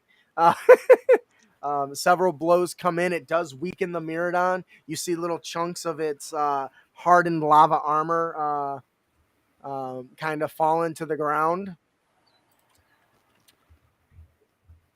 What are you going to do? It is now the... Go ahead. What are you going to do, Echo? All right. I'm trying to figure out how to do this without giving away which token I am. How do you want to do this? I think I'm just gonna have to give away who I am here, kind of, and hope do what you got to do. People don't. We were trying here. Yeah. We think you're a death clown, so. Yeah. So whatever. I didn't use 2 actions last turn because of how kind of confusing the whole Economics. situation was. Yeah, the economics. That's a good word for it. Didn't you do two? You cast the flying ability, and then you cast So- chromatic orb, didn't you? Tasha's Yeah. is a bonus action. Yeah. And then once you have it, you can use 2 actions. To attack. To only, attack To specifically. not attack, cast yes. spell. So To you cast a you spell. can attack twice. So I am going to use my movement first. So I kind of moved off the screen here a little bit, but So to clear that, how are you going to clear that gap there? I can fly. That with definitely Tasha's is a damn otherworldly good guys. answer. Yes. So how high up are you? There's Just staying above the ground, like just kind of hovering. okay. We'll give you a white ring to show that you're up. We'll make it black if you go below them. Okay. And then I'm going to use a cantrip this time to simplify it. And I'm going to cast Lightning Lure on the one that is on the ground walking. That's close to me. So Okay. Oop, I just messed up. Lightning Okay. Lure is going to be an 18 strength save slick, for you it. slick son of a bitch.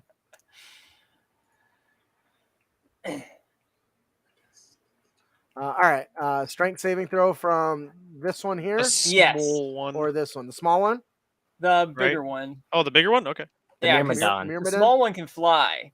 Yeah, the small one can fly. The Myrmidons can't. So Myrmidons can't. Yeah. So Well, look who So- decided to show up. It's Garwin. hey. all right. The It was only a matter of Myrmidon time. strength. Yeah, that's a 10. That's not gonna do it. Okay. So what happens here is I'm going to pull it 10 feet towards me. And And it's gonna fall into the lava. yeah, I don't think my damage even matters, does it? Nope, it's not gonna die, but it's definitely out of combat. But it's like a it's 100-foot stuck drop. down there. Yeah, Okay. that was a good move. Thank you. I appreciate it. I think that's what Murrow was going through with the knockback. I was like, shit. Merle gave me the idea. I was watching the rest of the You battle, saw and I the saw one potential. teeter on the edge, and I went, oh. Yeah, I almost dumped 2 into that one thing, but quick question: the imp things, do they look like they can fly or no? They have wings. I mean, they clearly fly. Okay, They're floating around. which is Guess I why could I didn't give- push that one back too far. Yeah. And That's why I was like the specific. relay range of my druid buddy here. Hmm. And then I think I'm probably out of range. Well, no, I could lightning lure the other one too. It's got to be within 15. I think that's 20 blocks away, isn't it? I'm not paying attention. I'm I sorry. have What? no idea. The imp that's closest to me. I think I have to Excuse me. move That's closer 25. to it. 25 blocks away. Okay. So I'll move closer to it, and I will also hit this one with a lightning lure, just because it's a cantrip and it makes it easy. So it needs to pass an 18 strength save again. How are you using 2 cantrips? I'm confused. Quicken. I Are assume you quickening it? Quick. Tasha's offers 2 attacks. Only correct. Attacks, melee not- attacks, not Oh, spells. melee not attacks, spells. not spell Yes. attacks? Yes, it says Oh. when it says you can attack twice instead of once when you take the attack action on your turn. When you cast a Okay. spell, you're casting a spell action. Yes. It's designed to turn you Okay. into a melee attacker, but you can still quicken and do that if you want, or you can do something else. Well, if I'm going to do quicken, I'm not going to do lightning lure then. Okay. That'll change it. Okay. Well, go ahead. I will do chromatic orb from my original spot here. Good call. Good one.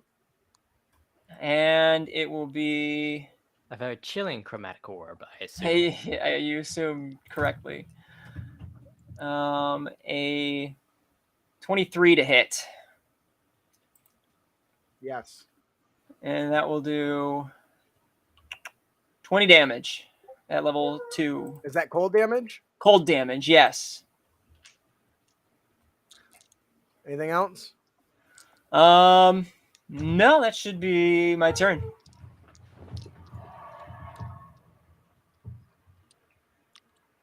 All right. So, as you release this big blast of energy, once again, you hold out your hand in your palm. The ice in blue and white energy coalesces in your hand, and like a rocket, it sends a recoil from your hand as it shoots blasting, and actually your wings have to catch you a little bit to keep you from being pushed back too far. As the energy smashes into this thing, it sees it coming, it puts up a fiery shield, and your energy smashes right through it, disintegrating and smashing into the creature with a tss. The creature explodes in a massive bit of fireworks, like the 4th of July, with nobody in range. That's a Careful, shame. everyone. That one seems like a powerful mage. Ooh, I like that. Stick to that. I like that a lot. Anything else from Echo?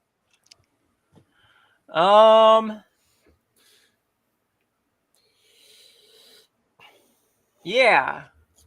Can I say something real quick? Sure. I look over to the others and I'm like, it's a good thing you guys got here when you did. I'm going to leave it a little vague. Be that as it may, mage, but your head is still on the table. Question, though, as a player, were you speaking in Turelian Common or Ravnican Common? Or in something from Forgotten Realms. Yeah, Because didn't he learn your language? I did. That would solve your problem. I think this was asking for was a Turelian.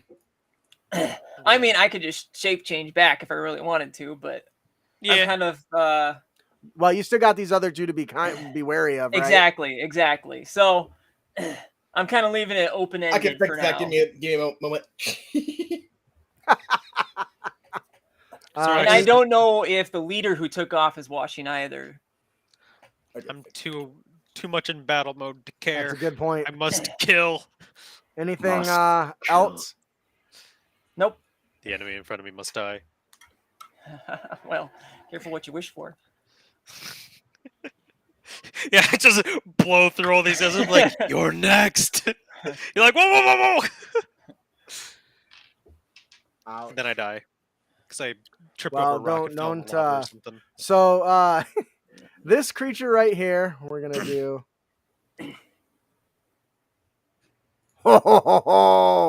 That thing is dead. This one gets a hold of the other one and just jumps it and drags it off the edge into the lava. And Which they one was both that? Goblin? disappear. Oh into the my lava gosh! 100 feet below. So my idea. Which one was that? He was just like, you with me. Just This one here is going to attempt to grapple our good buddy here. oh, that is bold. Knock it off, you.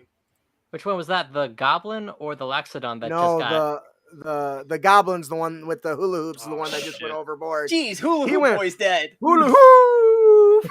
Oh. The other one is gonna get. I didn't get 3 Only rolls for its rolled- multi attack. Oh, we're grappling 3 times, huh? Oh yeah, it's gonna. It just saw what its buddy did, and it makes perfect sense since they're immune to fire and lava. So All right. Well, the first one was those are shit ass rolls anyway. So we'll start with the first one is the 10, 10, 14. We'll go with that. Well, Well, actually, 19 it'll was be my higher than first that. Hang one. on, let me check something. I succeeded on the second one, no matter what it is. Yeah. And Not the great. last one is a 23. And you win. So it gets in there. It's trying to twist and grapple and get a hold of you, and it just can't get purchased. And you hear like, "Father, I think he's trying to give you a bath." I've grappled with literally devils. This is nothing. I'm gonna be honest. Their grapple's not really high, but I was like, "Man, that's a strategy I got to try at least once." All right, the other two are going to I'm gonna pester my swoop friends. into you guys. Okay. You are going to get an op attack as one swoops away to attack your friends over there. So go ahead and give me an op attack, Zorax. Make So it I hit, count. but I want to say I want to narrate it as I hit it. Yeah, have at it. If you So as I see, like, I don't even like look at this thing, but like because I have all of these like perfect awareness senses, I just like like without even like hesitation, I just like run my blade right on top of it, That's certainly one way to do it. and it hurts. How much? I wouldn't ask how much health. It How much do you probably- hit? Well, it's 17 slashing and 5 radiant. Does it explode right It next does to me? not. Darn. I get to live. Yay! Barely. So you managed to cleave off one of its foot and feet, one of its legs and hand. It flies. Doesn't Of use it course, anyway. it just It just goes- reforms. Yeah. Yeah. As they're basically just like little things of smoke and fire and clouds. And you can tell it is moving a little more sluggishly now, almost as if to prove a point. As it's moving away, it's actually it holds out its hand and it chants a spell. And Ignan, give me. Oh no! You don't even get a save. You begin burning as your armor glows red hot and begins searing you, Oh, heat cooking you in your armor. Yeah, Interesting. at 4th level. Oh, So, was that 14, 15, 16 fire damage as your body begins to smoke inside your armor. Yeah, I just eat it. Actually, Huh? I just eat it. I Yeah, I could don't like think- reduce it by half if I wanted to, but 16's not that bad Yeah. at this point. The other one opens up its maw, and a gout of fire comes spewing out of it at you two. So I need 2 dexterity saving throws from the 2 of you. from Both each of the Garmor methods? and Merle. From each method. 29 and No, 26. just from the one. Oh. 29 then. Dexterity saving throw. Dexterity, yes. 15. The 15 is not going to do it. Ah, You're going to take 28 damage, fire Oh. damage, and you're going to take half as much, Merle.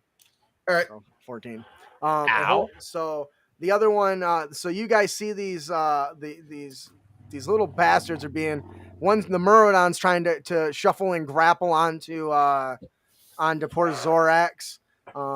The other two, one swoops up, releases a gout of flame against you on. The other one chants, and you instantly see Zorax's body be glowing bright red as you can smell the stench of bacon in the air. What are you gonna do, Merle? Yum. Oh, dang it. I have options. options, eh? All right, first and foremost, I'm going to target the one in front of me with one of my turrets. Pew pew. Oh, that's the wrong one. Well, that's unfortunate. 15 for the one directly in front of me.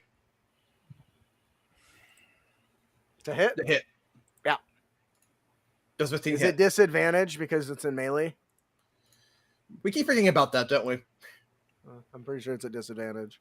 Probably. But we keep forgetting about that, don't we? Sometimes. I yeah. think we do, yeah.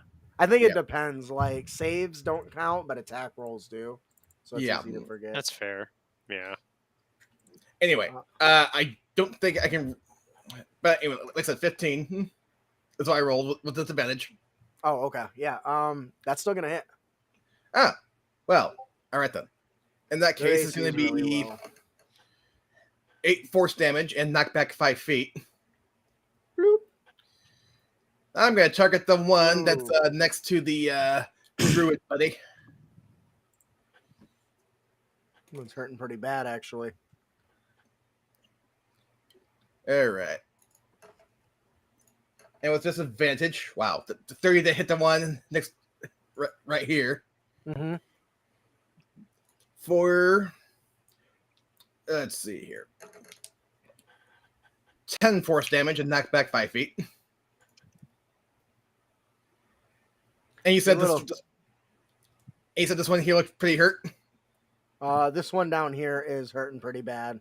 This is the one that Zorax clocked, and then you attacked. It just So you fucking can see smacked it real quick. you see this imp thing. It's struggling to hold itself together. Parts of its body that were pure flame are now like not reforming as quickly as they were. Its wing is only partially where you hit it with your blaster is just barely reformed. You can still see it pulling itself together. It's moving sluggishly. Your blasters definitely did a bit of damage. Your blasters are purple, right? The turrets, yes. Yeah, I love that. When you use those, the first thing I always think is like a gun version of Mace Windu's lightsaber. Just pew pew and that shit, and it sounds awesome. Okay. All right, I'm going to add human aptitude to that attack because it was pathetic, which should put me over the 15 threshold before I even roll. Yep. And the damage for that one is going to be, let's see here, 18 cold damage and speed's reduced by 10 feet. Cold damage, you said? Yep. This guy. This guy here? Yep. As your icy blast smashes into it, it begins to slow its flickering and it hardens, and then its body begins to burst from the inside and explodes in all directions. I need dexterity saving throws from you two. So we're still in the kaboom range. Got it. Yeah, it's got a 10-foot radius. 16. Alright. Alright, that's going to be 24. All right, that's going to be 28 damage, or you both succeeded, so it'll be 14 fire damage. As the thing explodes, sending magma and fire in all directions. Liquid hot magma. Anything else, Merle?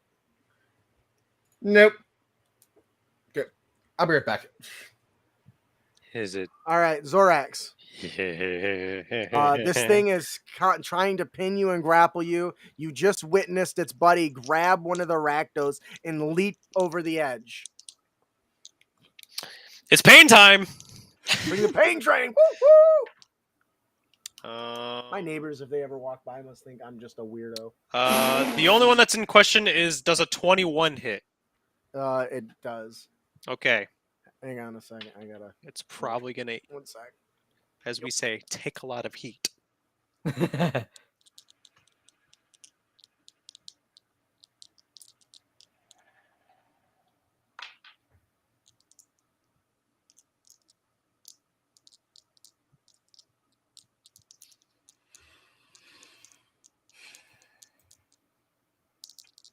All right. What'd I miss? All right, nothing yet. I'm about to roll for damage. On the first attack, it does 7 radiant damage and 9 slashing damage. Does it go down? Radiance. I gotta go look at its HP again. Minus what you've already taken. It is hurting. You knock a big chunk of its shoulder and horns off its magma hardened lava. What is it? What is it? Is it obsidian? Is that what that's called? What is the hardened magma called? It's just molten Lava rock. isn't it? Yeah. It's not obsidian. Yeah, obsidian's like an actual like rock. Igneous rock is what it's called. There you go. And for good measure, I'm gonna throw on a level 2 smite for the next attack. That might do it. I hope you roll some ones. Well, there's a couple 8s. That's a problem. And a 5 and a 2, and then another 11 slashing on top of that. So that is a total of. Kaboom. Does it die? It does. I absorb its soul. Whoa, whoa. It Don't grows. that big. Sorry, that's not what I was trying to do. All right. It explodes. How does it end? After like I get like that first hit in and I realize that it's real weak, I like supercharge my blade one good time and I just impale it straight into the chest, and then all of its essence just flows into me. Because our elemental beings mostly spiritual in nature, not really physical. Yeah. And then I gain all of its health and temporary hit points. How much health did I have? Dragonborn. Sorry, my dog's barking, but You're good. very cool. All right. Anything else? How much health did it have, DM? You give me a legendary weapon that gets stuff when it dies. 91. I have I don't 91 remember which temporary one. hit points One right had now. 91 and one had 120. And now I am currently overflowing with power, and I'm staring down these two guys, and I'm smiling with glee Oh, as I'm ready to rip into the next guy on my next You turn. got one of the coolest magic items I think I've ever It's seen. so great, dude. It's so damn powerful. It really is good. Yeah. Anything else, Zorax? That I feel like you deserve your own little aura. There, have a red aura. Woo! I'm angry. Nice. Time to hurt things. But unfortunately I can't because There's still it's the end of there's my still turn. 2 enemies in front of you. Oh, there is. And unfortunately, my turn has ended. Actually, All no. I can move 5 feet right up to this guy, and I'm gonna look at him. I'm gonna make sure that he knows I am right here, and I am overflowing with power, and I'm ready to rip his head off. I'm still standing. Yeah, yeah, yeah. Sorry. That's funny. All right. What are you Like gonna do, Garmore? A dark super. You just saw Um, your buddy eviscerate and crush this thing. He's gonna move 1, 5, 10, 15, 20 feet here. Okay. And let me bring up the... That guy got pushed back, so it didn't provoke an op, right? Yeah, and I moved diagonally. You know what? He's gonna do a little something crazy. Crazy. Nope, shoot. He is going to cast Moonbeam on the method that has tried to assail him Okay. or tried to kill him. The method needs to make a Constitution saving throw. Okay.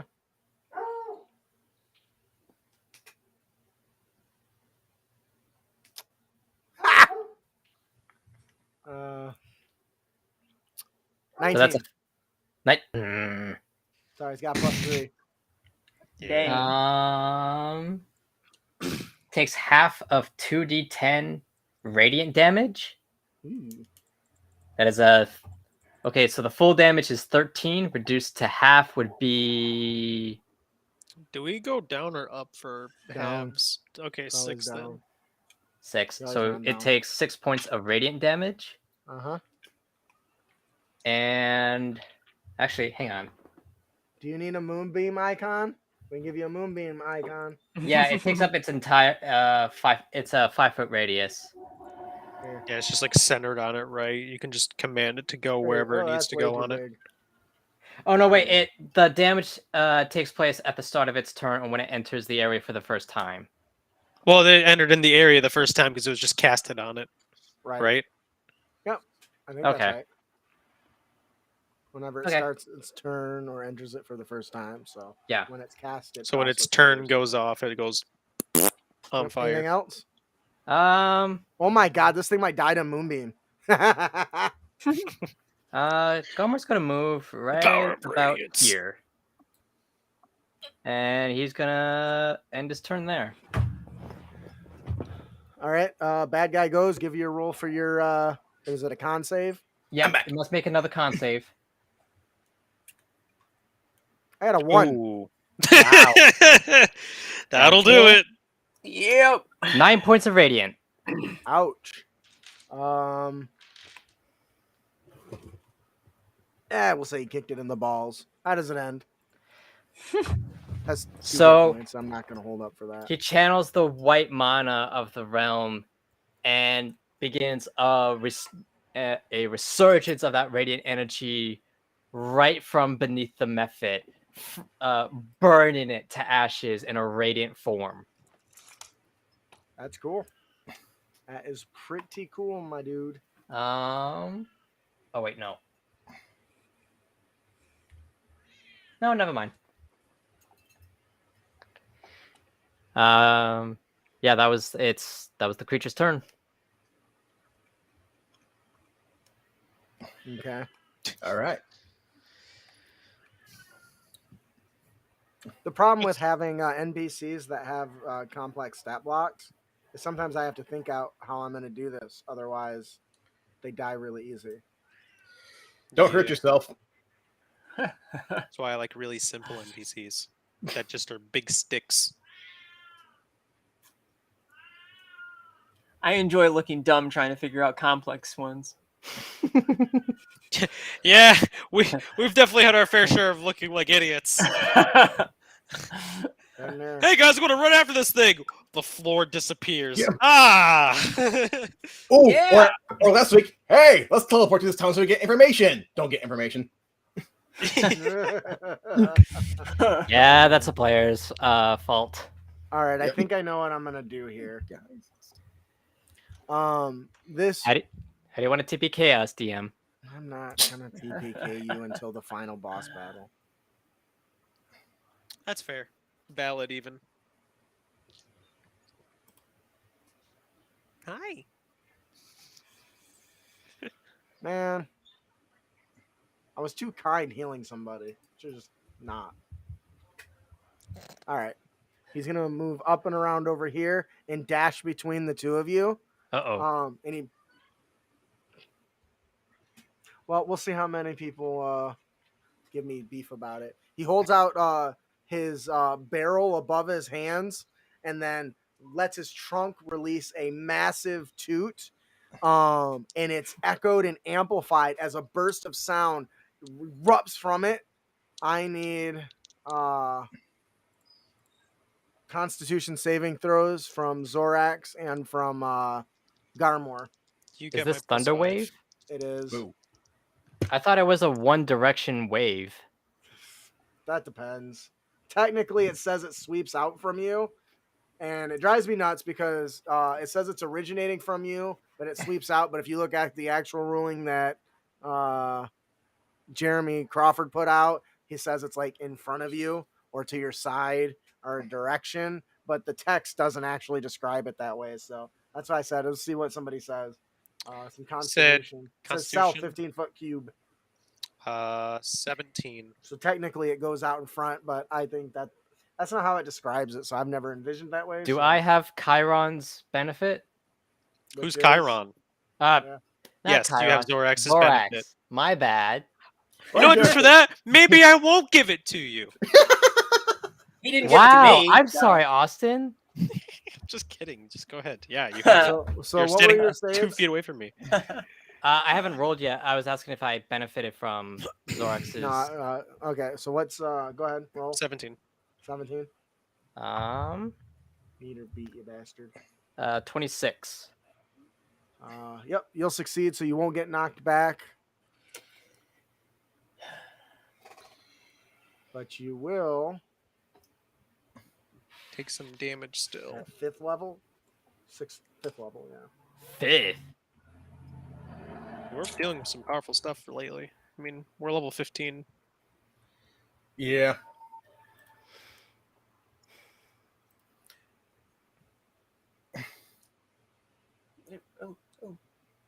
Wow, I am just my roll. Wow! That is not a lot. Not at all. So 14 damage. You both succeeded. So half that as he sends out an erupting shockwave in all directions. Give me perception checks. That is rough. I thought I was not Just rolling super great. Or just those two. Everyone can. What do I see with my passive of 20? You see a crack in the floor below you as it's screeching and slowly stretching across the bridge. Need to move. You said Anybody else? everybody Yep, roll everyone, perception? yep. I got a nat 20 on mine. You see a crack appearing after that eruption here, right down the edge of the bridge. 17. You hear a large crack below your feet, and you feel the bridge give away. Merle? Yep. Well, I roll a 10, so There is a raging battle happening about top this bridge. Yep. Your intelligence says, well, we might have an issue with the structural integrity of this thing. All right. I think that's the only bad guy, right? Yeah. Except for Echo. Echo, your turn. I am going to hop across a little closer here. Oh, I got the wrong tool. I have a question. Yeah. I want some genius level input here. So if a creature doomed. has the siege monster trait that says it deals double damage to objects and structures, does that include its spells or only its? It doesn't just say verbatim it deals double damage to structures. The druid deals double damage to objects and structures. I do not see why not, I guess. I mean, if it's where is the siege benefit on? Is it the spell or is it on the? No, it's just barrel? a feature. It I'm just assuming. said that it's a feature of the Yeah. druid. Okay. It says siege So- monster. The druid deals double damage. I'm not going to worry about it now, but I actually don't have an answer for that. I would say it would apply to the spells so long as they were affecting an object. So does this affect That's the what I was bridge thinking. in a greater capacity here? That's what I'm trying to figure out. I'm just going to leave it Okay. as I've already described it, but it just occurred to me that that's a perfect time that should make a difference. I mean, I would Yeah. think so. Yeah. Personally. Because as written, it just says it deals double damage to structures. Like, Yeah. that's all it says, right? It doesn't say Yeah. its attacks Nope. deal double damage. It doesn't say No, its it spells just deal double says the damage. druid deals double Which damage. is to why I'm objects and thinking it structures. should. So what we're gonna say is not only did it crack here, but the entire thing has dropped slightly and is now slightly tilted at a slant. Oh, that I So- can notice. Yeah, right. You're like, whoa! Oh, I'm sorry, I didn't mean to interrupt you, Echo. But as I'm reading the stat block, I was like, oh, that's probably Okay. very pertinent to this situation. right So this is kind of starting to dump Zorax in a little bit. now. Yep. Okay. Seems. Then I am going to use my dash action with my flight. So I should be able to zip over to here. And I am going to momentarily just show my face to Zorax and tell him it's time to get out of here. Are you trying to do that stealthily so this creature doesn't see you, or what? I don't care if the 𝙀𝙭𝙧𝙧𝙧𝙧𝙧 sees me. I just care if I'm facing Zorax and away from where the leader would have gone. Okay. that's fair. All right. So, and I'm more okay with it now, knowing the 𝙀𝙧𝙧𝙧 is most likely dead in this situation. Oh, he'll be dead in this situation, all right. So, yeah, I'm going to tell Zorax it's time to get out of here, and I'm going to reach out to pick him up. That's very generous. Come with me if you want to live. I knew that was gonna come. I was waiting for it because I was trying not to say it. He can't grab Um, onto me currently, right? Because he dashed. Right. Well, why did you didn't have to dash? I think you could have made that flight, right? Yeah. So I was... You have a 40 movement, right? Yeah, I would have had to have moved 45, I think. Yep, you're That's right. just like one off, man. That's Yeah, not- it's literally 5 feet off. That's one of so- those things why I really dislike battle grids because I kind of got to stick to it and just saying, you can get there. Yeah. Yeah. All right, Alrighty. Inversely, that's why I like battle grids. fair enough. So All I right, can't pick him up this turn then. Inversely, that's No. Yeah. All right, right. Well, I can tell him it's time to move and kind of hover above the bridge for now. Mhm. Okay. Anything else? Whew, I think that is good. I dashed. That was my. Was dashing an action or bonus action? It is an Action. action. Action. Okay. It's an action. Yep, I'm good. Or unless you're Seasoning is an action. Yeah. All right. Alright. Bad guy already went, so now it is Merle's turn, if I'm correct. All right, then. Hurt him, Merle. 1, 2, 3, 4, 5, 6. I'm totally flying. I'm totally flying. Shoot it. All right, Merle. and double tap this guy with the turrets. Oh, don't you dare. I dare. Don't you dare. I I mean, dare. he's gonna die anyway. 18 to If hit. not by the bridge falling or Merle shooting him off, I will kill Yeah, this 18 man. 18 Yeah. will hit. All right, for wow, that's pathetic. 4 damage. Knock back 5 feet. It's always the knockback that matters. Oh, you can't get him. You can only do that twice, can't you? Yeah, I know. Trust me, I know. Okay, 31 to hit for 9 force damage and knock back 5 more feet. What was the attack roll? 31. Yeah. All right, and final attack roll. I'm going to use Firebolt. 26 to hit for 1, 2, 3, and one of those. Wow, 10 fire damage. Roll 4 dice. 4, 2, 2, 2. As your blast streak across towards him, you see that the Loxodon's body is coated in what looks like tree bark as chunks of it kind of break off with each impact. It kind of struggles and a loud toot comes out of its trunk. Yep. Anything else? I think that is everything. Alrighty. What are you going to do, Zorax? This thing has been knocked back from you. There's an your buddy is right in front of you. The ground beneath you feels like it could give at any moment, but the enemy is within feet of you. And Oh, trust me. You hear in your mind, Father, we can do it. Just Like- one good swing. Like we're talking like squirrel feet, elephant feet, deer feet, human feet. Are you talking about me as the enemy? Because I revealed myself. to No, Zorak. no, the Okay. other one. No. The You one gotta that choose is between very taking your ready hand to or- die. Yeah. Ah. I mean, honestly, if you get this thing a shoulder rush, like into the shove action. I do have advantage on grappling checks right now. I could I just say pick grapple, this but man shove. up and throw him. I like that. But I also need to I also need to grab my friend's hand and get out of here. Or you So can just walk. I will do the smart thing. I won't kill the elephant man. I will grab onto Echo. Reluctantly. All right, you give up. Oh no! I guess I won't die. Is what I just heard. Yeah, pretty much. So does that kind of reveal me to the others? He definitely thinks it's odd. A look of surprise definitely appears on his face. Maybe. Would Garmor have seen that brief moment of shifting with his passive?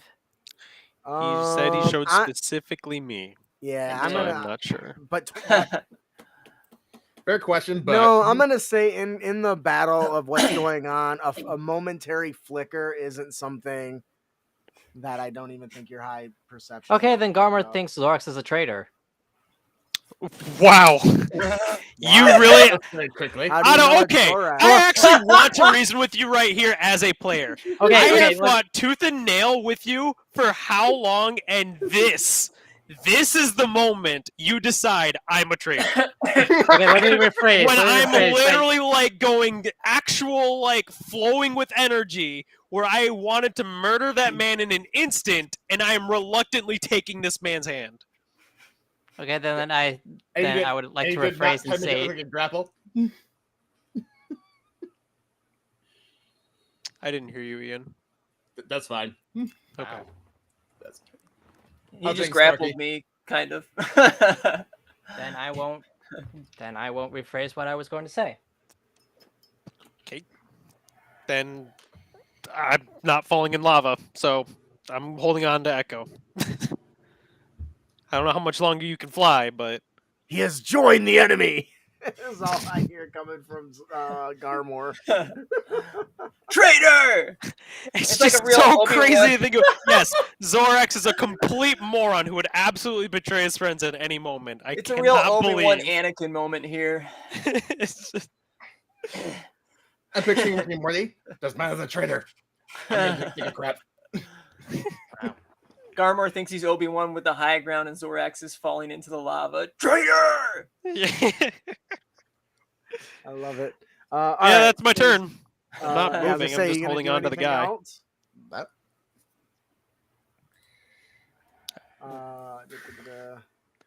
Garmore right, hasn't said Garmore, anything to me. Just you're, gives me, just assumes that I'm you suddenly a just traitor. see one of the Rakdos extends a hand out to Zorax, and Zorax leaps into his arms of I another wouldn't say I man. quite do that, How but does okay. that make you feel? Now I can hear the romantic music in the background. Yeah, like There's a Zorax is saxophone not a playing. damsel. I got the long flowing red hair. It works. That's funny. maybe Have some you Stranger lost your Things music. mind? And he's going to use his action to move his moonbeam 60 feet right where the gosh, how do I want to do this? Should I choose the Loxodon or Echo's Disguise? The guy's carrying away your friend. Clearly, he must Yeah. have been coerced or charmed. If you hit me, I might drop Zorax. Well, if he thinks he's Do you gonna say do that it as anyway. as Echo, or do you say that as Will? Well, I haven't said anything because I don't know who he's attacking. Well, he's going to move the moonbeam to the Loxodon, and then he's going to wild shape into a regular eagle and use 60 feet of movement to fly. Nope, that's wrong. To fly over here. So the moonbeam is there. Okay. Boing. And they take the moonbeam damage because they just entered it, or rather, the moonbeam entered them for the first time. Yep. Yeah, give me Con a save damage roll. 18. Con save. You're gonna fail. You're gonna fail, bro.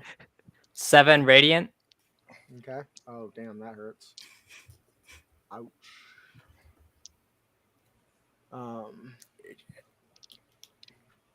Several pieces of his bark kind of chip off as the beam just smashes into him like a waterfall.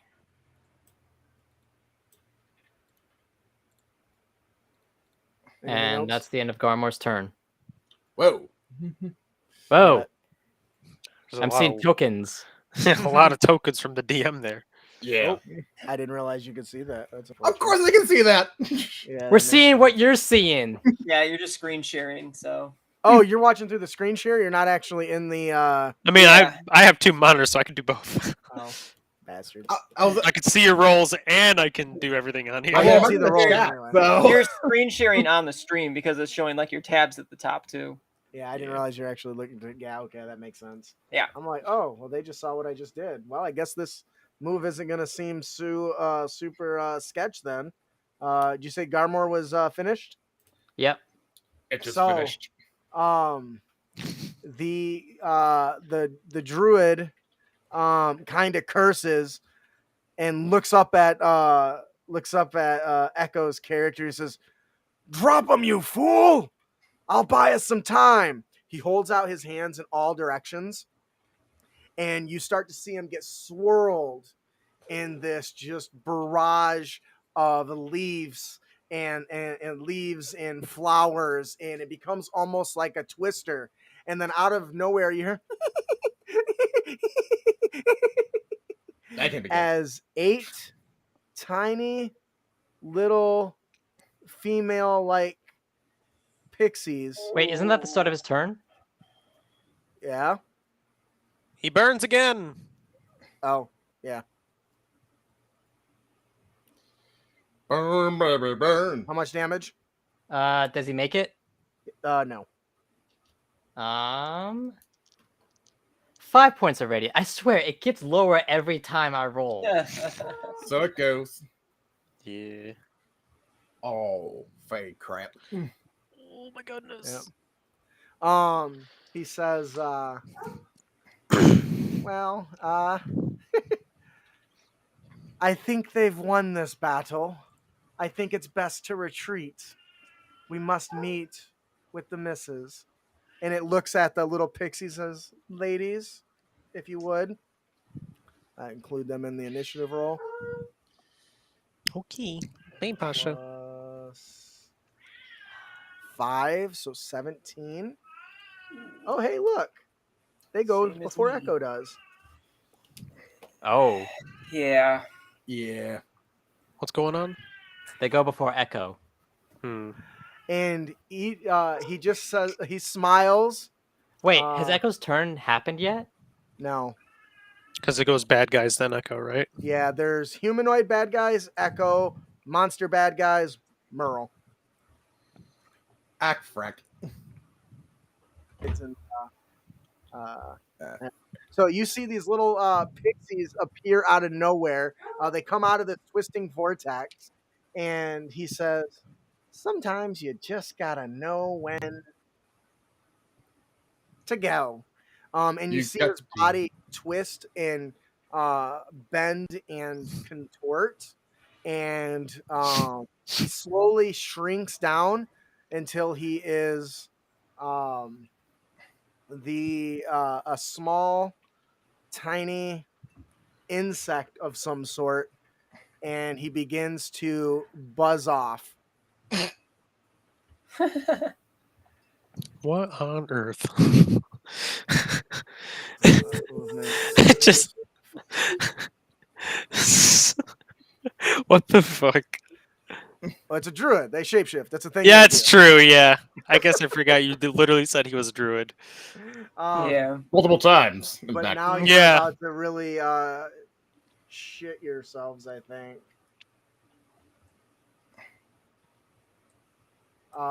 So each of these, as they kind of flail about, they kind of giggle and they swirl and they dance and they giggle a little bit, and then they begin to chant something. Oh no. Oh boy. Garmore, Shark bait, ooh, ah, ah. give me a knowledge check. I think Intelligence maybe it's druid. It's druid. A druid magic. You're going with pixies. That's a fey knowledge, so I think that would be Arcana.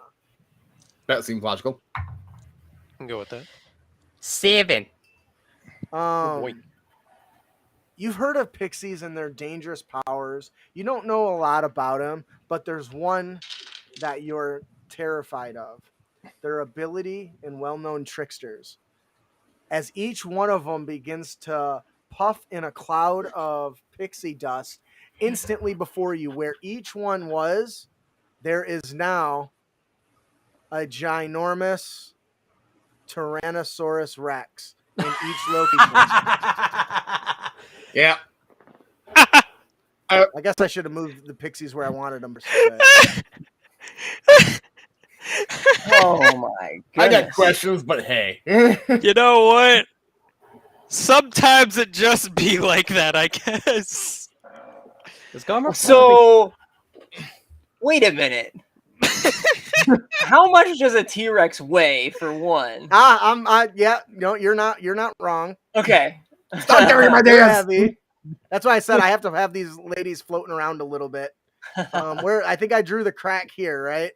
Yeah. So at Pretty least close one enough. is probably going to go. Have you guys not seen this combo before? No. No. Yeah, I have. I mean, I've seen Sorry. Pixies wild chick players in the T-Rexes. I've Yeah, seen a but- player choose this. That's also really good. I like that. We got a bunch of big boys here all of a sudden. I thought the combat session was over, but boy howdy, there's a stage 2 I wasn't aware of. We're gonna have to take a 5-minute break here in a second once I get all these in place. They're So kidding. the first thing that's gonna happen, though, oh, that's dead or disappeared. First thing that's gonna happen is everything right here is going to break off and instantly fall into the lava. Luckily, I'm holding on to a flying man. Yep. A flying uh, clown. The pixie falls in. I know who it We're is, just so I gonna don't say care. that these two are dead. for the oh, I got more over here. Shit. Yeah. There's a lot. I'm sorry. I'm not sorry, actually. I think this is awesome. And you all should He suffer. cast a Conjure Fey, didn't he? No, it's summon woodland beings. And then Oh. each pixie on their turn, which is why I was lucky I rolled a high initiative. Because on their turn, they can each cast once a day polymorph. So they just all polymorph Polymorph. themselves into Did you have- big old T-Rexes. And Did we're you going have to use 3 this or moment. 4 on the left? I think you added that's one another. too many. I did add one. You caught me. I was trying to play TPK you. All right, so we can take a break because I gotta go take care of something. Bio break. Give us 5 minutes and we'll be right back. I'm interested to see what everyone thinks about this later. Let's go ahead and just take a quick 5-minute bio, and we will be right back. I think. We need to draw a square here, I think. Does that All take up right. the full screen? There we go. So that Okay. way we Caption. can show that this is Intermission. all gone. Your chat and audio is still on, so just keep that in mind. Yeah, don't say anything stupid. Oh no. Stupid. Too late.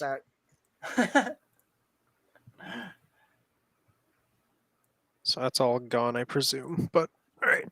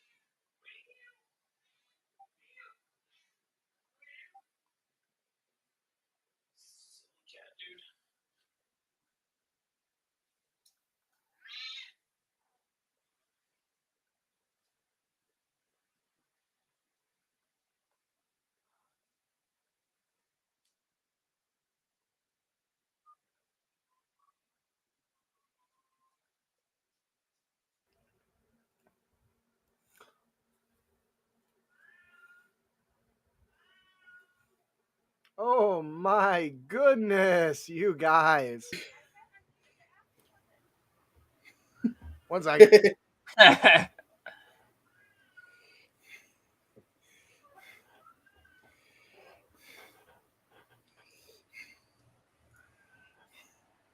He brought us back, but he forgot himself. The wrong button has been clicked. I love the bathroom break back in a minute at the bottom. You have to go again. No.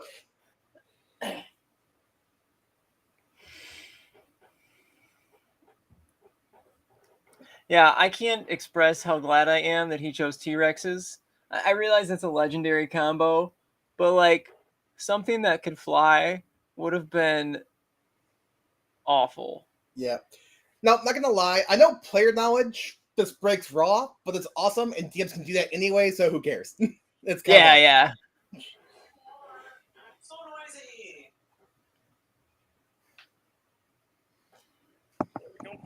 Oh, there's still a little fairy poking its head out from behind the one T-Rex there. Got it. Okay, I killed the fairy for him. that's fair. I guess I'm peeking out from behind a token too, but I'm not fully revealed yet. Yeah. Bum. It's gonna- I mean, I'm aware of who you are. That's So- true.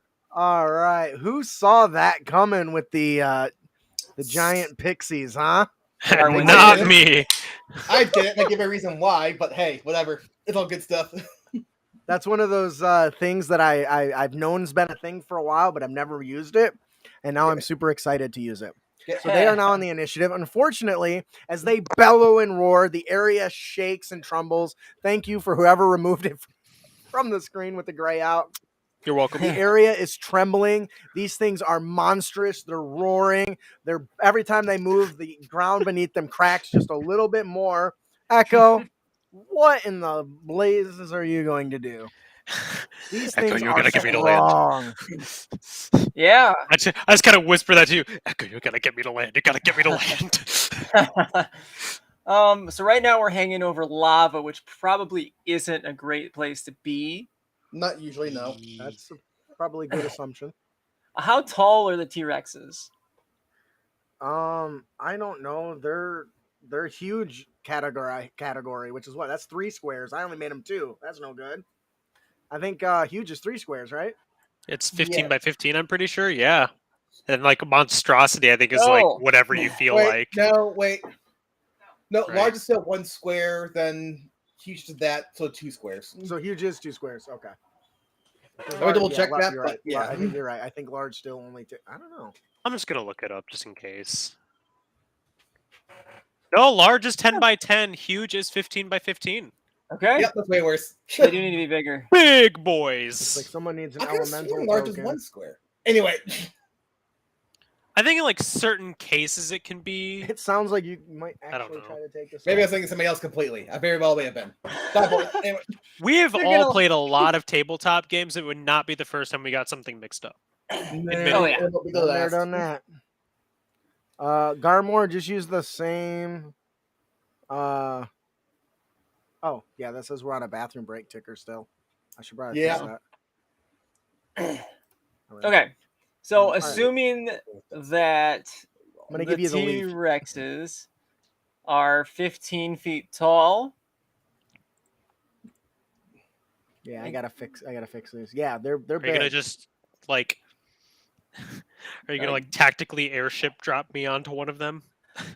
We're gonna, since we want to go to the left side here to get across the bridge, Yeah. we're going These up and things over. are so big. This is absurd. I can't even make Ironic. it big I enough. am safer hovering over lava than I am on the bridge. The irony. And I know exactly where I'm going. Unfortunately, on the bridge. I forgot how big their the CR rating was on these. Space. That's going to be problematic for you guys. All right, so they finished their turn. It is now Echo's turn. Yeah. Echo, the Loxodon shapeshifted into some sort of small flying critter, an insect of sorts, and flew off I can see him. Mm-hmm. while he's making an escape. You mean He- he's trying to? But I Yeah, can he hasn't see escaped him. yet, right? I guess, yeah. He couldn't take the dash action, or he would have. Yeah. Oh boy. I have to decide where Zorax and I are going here. I guess I'm gonna go. I'll go up 20 feet. And then, Just gonna hold on to me. All right. yeah, I mean, I'm not gonna drop you in the lava. Yeah, but I mean, we're gonna be hovering over some T-Rexes. I guess I could just slap at them. Oh, yeah, 20 feet's probably not gonna be enough, huh? Yeah. All right, I guess I have to dash again here.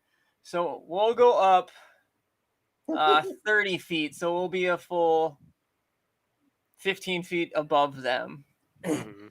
And then I have 50 feet of movement left. So Yeah, you can just get anywhere you want. can I ask Zorax a question then before I move? Talking's free.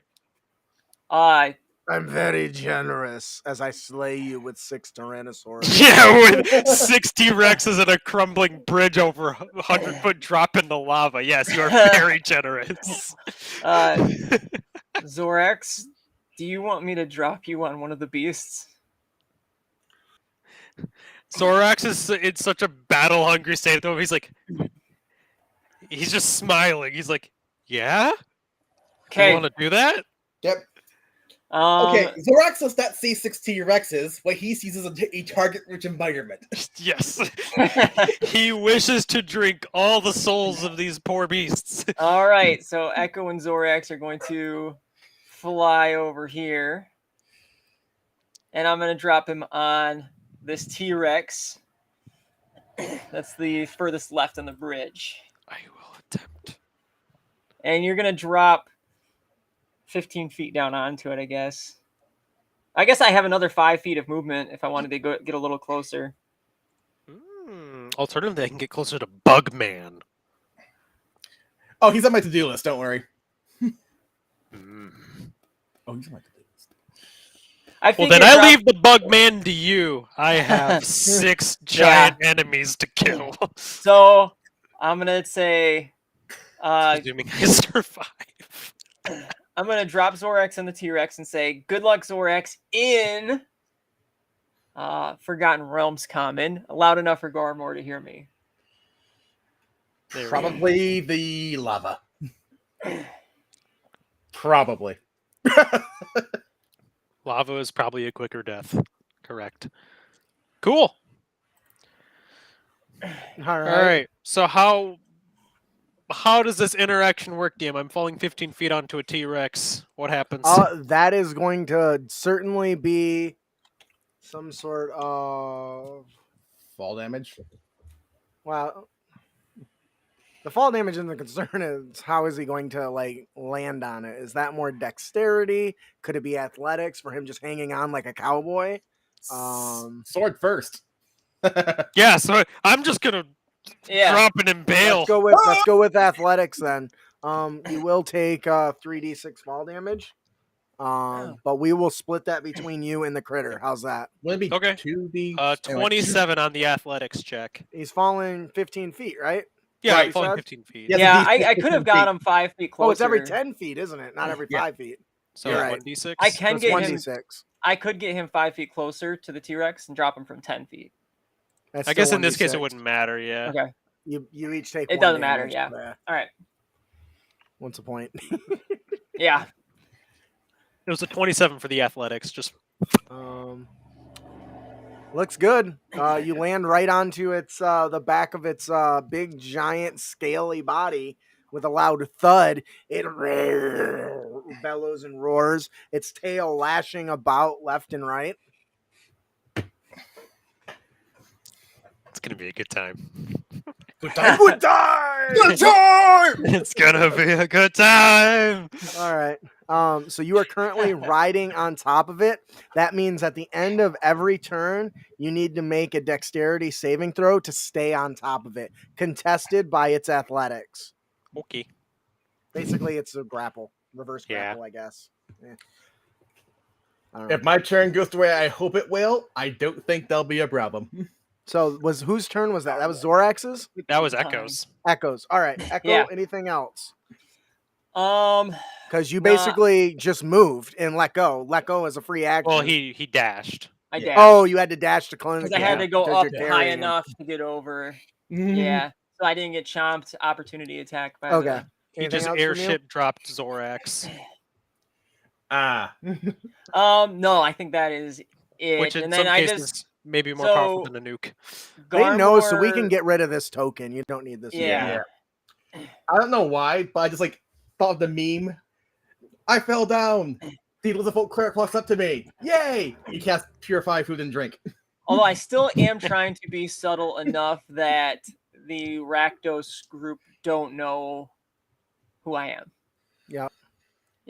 Well, they must know you now at this point, or not know who you are, but know that you're working with them because you're literally helping them kill one of his allies. Well, Or I one of think I his can talk my summons. way out of it. We'll see.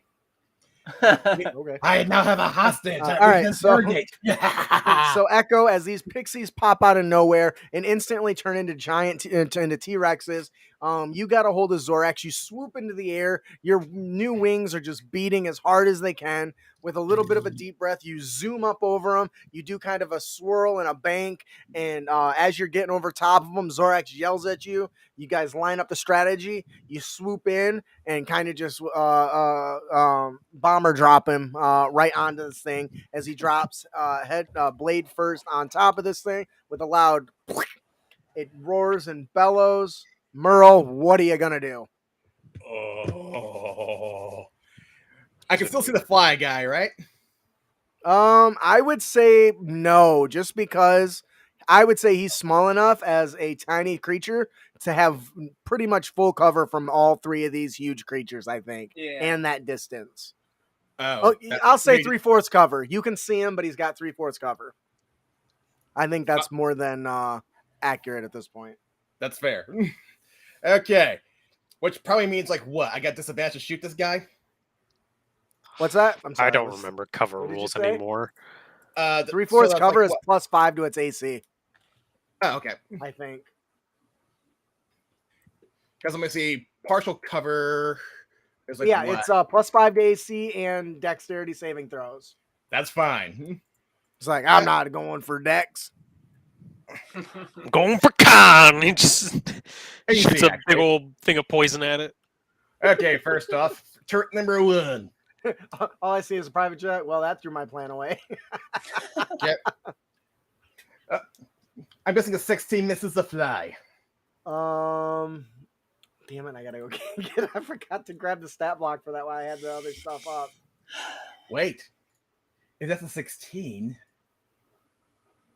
can I? Did get +5, so that's really Yeah. debatable here. And also, if the cover is a T-Rex, does he hit the T-Rex if he misses? No.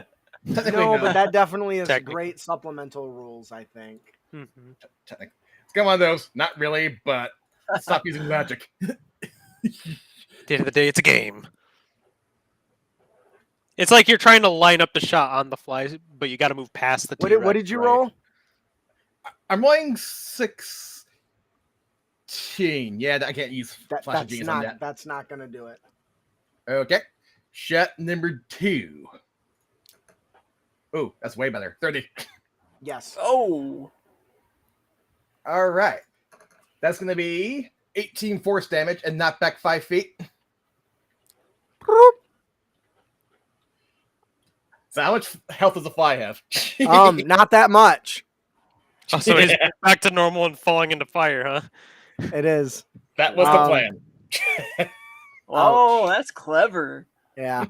I didn't think about that. All right. He is falling. I mean, 100 feet. I mean, he's gonna go by the end of Merle's turn. Well, he didn't make it. Damn it, Merle. I guess I did see the elephant in the room. All right, now I got 16 Inspiration T-Rexes points to for deal that, with. Merle. Inspiration for that. That's really good. Which means he's not concentrating on a summon spell anymore. True. Is it concentration? Oh, I gotta check something. They usually I don't are. remember if it is. I don't think that's the case with Conjure Woodland Beings. How long would it last then? Concentration up to 1 hour. You summon fey creatures that appeared in an Concentration. occupied space. Choose one, blah, blah, blah. They obey you, commands any issued.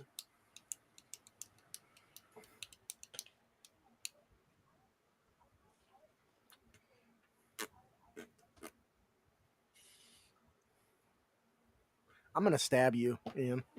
Thank you. But not as cool as Zorak stabbed a T-Rex falling down on it with a sword, so. I am not. I just took out 8 guys in one shot. He did. You can indeed say he took out 8 T-Rexes in 1 bullet. Is it in the usual sense? No. But No. did it happen? Yes. God damn it, Ian.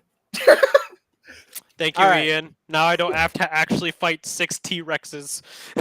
No, we weren't actually going to fight 6 T-Rexes. I was going to fight 6 T-Rexes. We were going to fight 3 You were going to T-Rexes. die trying to fight him, right? Nah, dude. All right. Well, okay. So As long as with I get that, the finishing blow, I'm gassed, ready to go for the next one.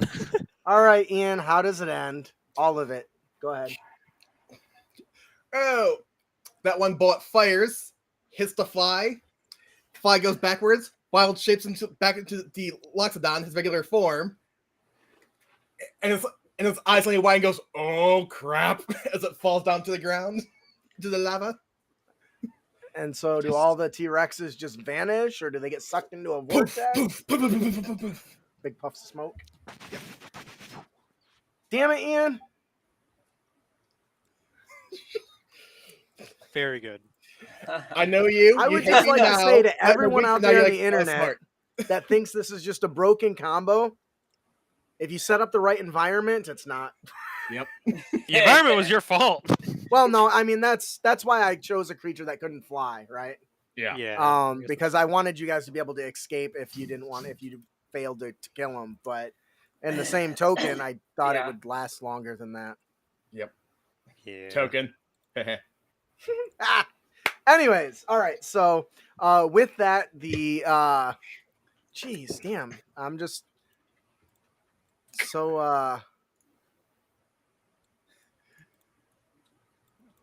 I threw off his groove. yeah, Also, what happened to Matt? I don't know. I'm sorry, All but right. you've thrown off the DM's groove. All right, so with that, go ahead and Garmore or Echo, you obviously take a little bit of caution before getting too comfortable. You look around. You don't see any indication of Nader Evis. Yep. You kind of walk up to Garmore, and you know that he's got a great sense. His smell, his sight, his hearing is all really just amped up. So you kind of walk over into him and ask him, if he sees anything, and he goes, he kind of listens. There he is. Doesn't seem to indicate. And then as you're kind of having this discussion, Zorak just walks up. Yeah, there's nobody around. I don't feel their spirit. At the very least, there is nothing alive near us. Okay. As Merle comes flying in, I go, Merle, don't shoot. It's okay. Oh, good. I think we pretty much established I can do with one bullet. I keep my Rakdos disguise with the painted face and the kind of goofy hat, and the kind of ripped circus-looking clothes, and I go, well, I need to try to get back to the lady that was leading the group, because I think she could help us. And In what regard? In the regard of if she goes first, then there's less damage you guys need to take. That's fair. So I'm going to try and get her there. Interesting. I like this. Yeah. Sorry I couldn't come with you guys. With the Demir, I have to do what they say. That's pretty standard for my position. As one who has been enlisted in many a guard, I understand. Well, I think he also revealed to Zorax the truth behind it, right? That his They all He does- should know, okay. but I don't say it out loud because it's the Demir. You never know who's listening. Yep, Yeah. that makes sense. I got you. So for Just anybody always that's just accept joining us this session, the Demir, who are the guild that I work for, have my love, and they are holding her hostage, and I have to do what they say and work for them, or they start piecing her apart to the Simic. And yeah. Obviously, we don't want that. When was the last time you saw Tiana? Is it Tiana? Tiana, yeah. It would have been about right as the city dropped in. They would have shown me she was alive then, and that she was unharmed, and that I needed to figure out everything I could about the Planeshifters, Planeswalkers, however you want to say it. Yeah, hopefully they won't give you a parting gift. A part over here, a part over there. Yeah, Oh, that would be ideal. God, Ian. Can I take back that inspiration I gave you? I mean, you're the DM. This is true. So, So as you guys are looting around, there are corpses of several of these Rakdos soldiers, that leftovers, I guess you could call them at this point. Yum. I Loot the assume you bodies? guys are going to quote unquote loot the room. Yeah, I guess. These burn clowns smell funny. exactly, Garwin. Now the only witnesses are the party. It's brilliant. Garmin's gonna do Stealth it. is optional this mission, fellas. It's still a stealth mission, and there's no one alive to report you. Man, Do I'm gonna be salty about that falling apart for a while now. We know. I'm so happy for you, but damn. I'm not going to apologize for playing smart. No. So I think my flight is pretty much done here, though, so I can't loot anything across the bridge. Yep. All right, so go ahead and give me some. I'll just give me investigation checks. As long as one of you hits a certain number, I'll reveal better. I've got good, better, best loot. So 19. So, because the battle just ended, do I still have the soul charge from my sword's ability, so I have advantage? oh man, I see. It's I 24 would blame hours. him. Yeah, I think it's fine. Yeah. Okay. Garmar rolled with guidance and got a 21. Echo got a Yeah. 14. Beats my 19. Zorax got a 32. I roll 19, so. All right. So Advantage, and then I used my shrewd investigator, so he's just. So as you guys start poking and prodding, you do find about a 900 electrum in the Good pockets money. of these fellas. You find a unique chemical mixture on it. I'll need an Arcana check from somebody trained in it to identify it. If you don't, That ain't me. Identify spell. Not me. That'll be me. Okay. 29. Arcana. Sorry.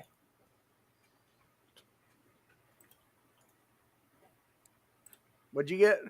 29 for Arcana. You instantly can tell by not only the container but the unique mixture of this mercury-like material that it is a substance that can coat weapons and make them their blade is sharper than ever. So it is a container of oil of sharpness. Yep. It's very good. Wow. Yeah, that's a very good one. Hey, Zorax, you might want this. Oil of sharpness. But my Where's- blade is already sharp. It'll be sharper. You see a Perfect. a couple jewels, a mixture of variety of little jewels that they're carrying, a few arcane foci. Foci or focuses? Focuses? I've heard foci more than focuses, and it's alarming. Yep. So I'm Um, going to continue with foci. And for the you record, all- oil sharpness +3 bonus to attack and damage rolls. for how And long? I just... An hour.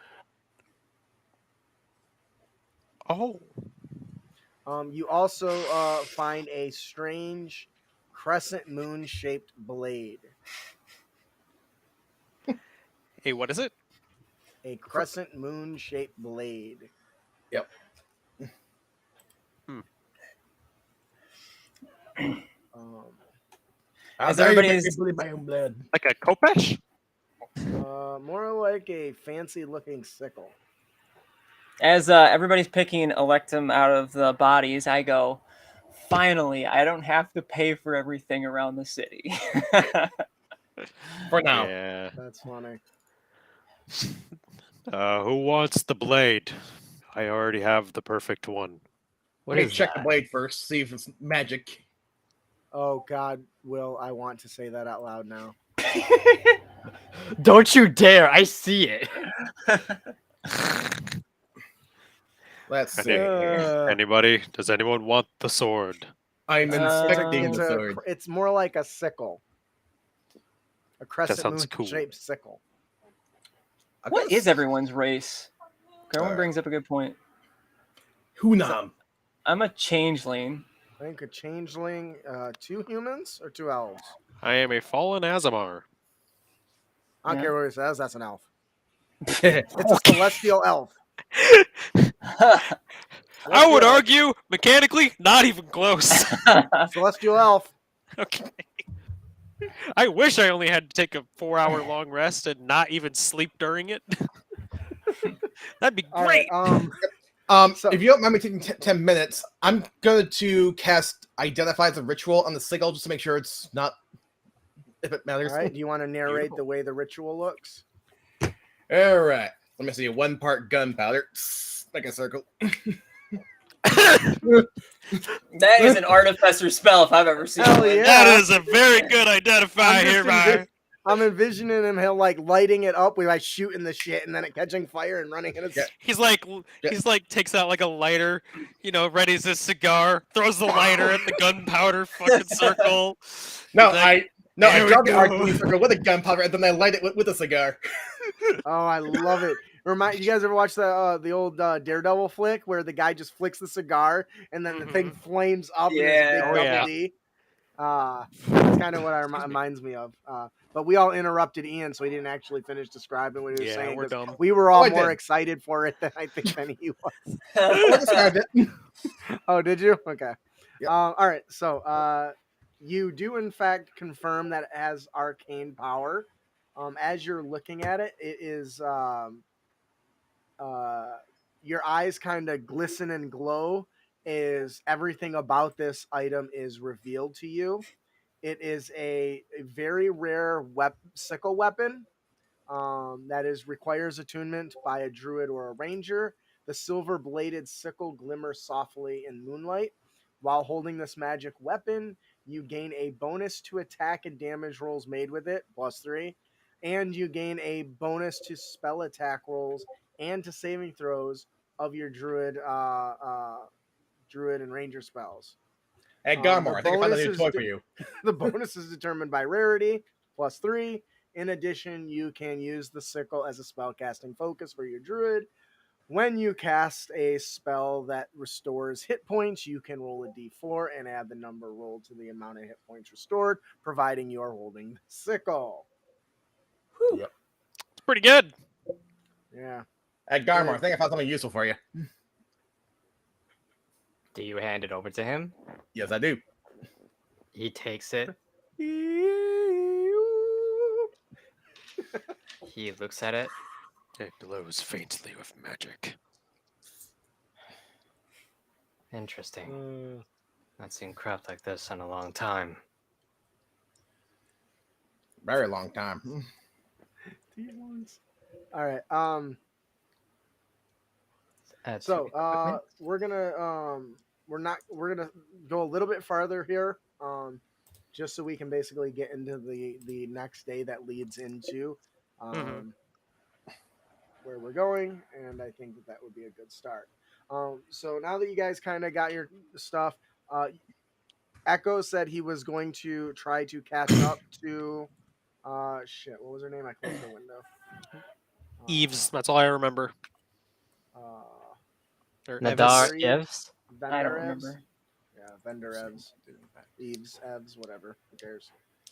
Is that true, Will?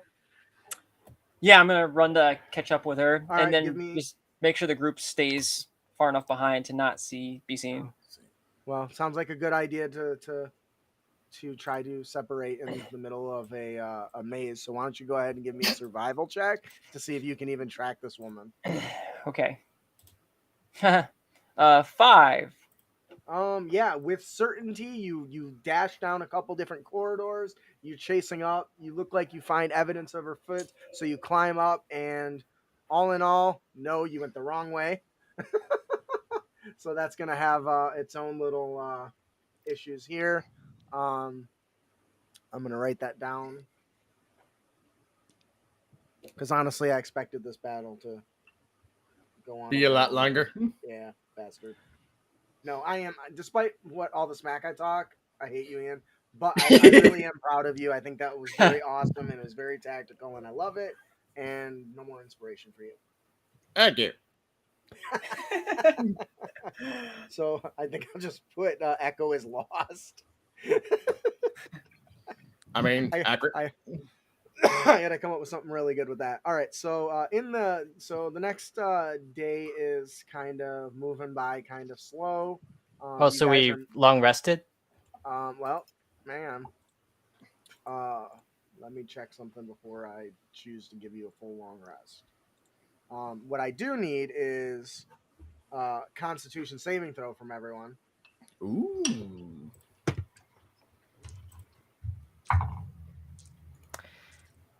Natural 20. Yeah. 24. I got an 18. 25, 26. All right. My total would be a 27. All right. So everyone loses 2 hit die. Nobody failed, right? Yeah. So no Presumably. exhaustion. All right. So everyone loses 2 hit die. How do you And do that the in travel Beyond? continues for some time. You as you're don't. making your way through the winding corridors. It's an exhausting day before you get to a long rest. I'm going to need one more con save for you guys.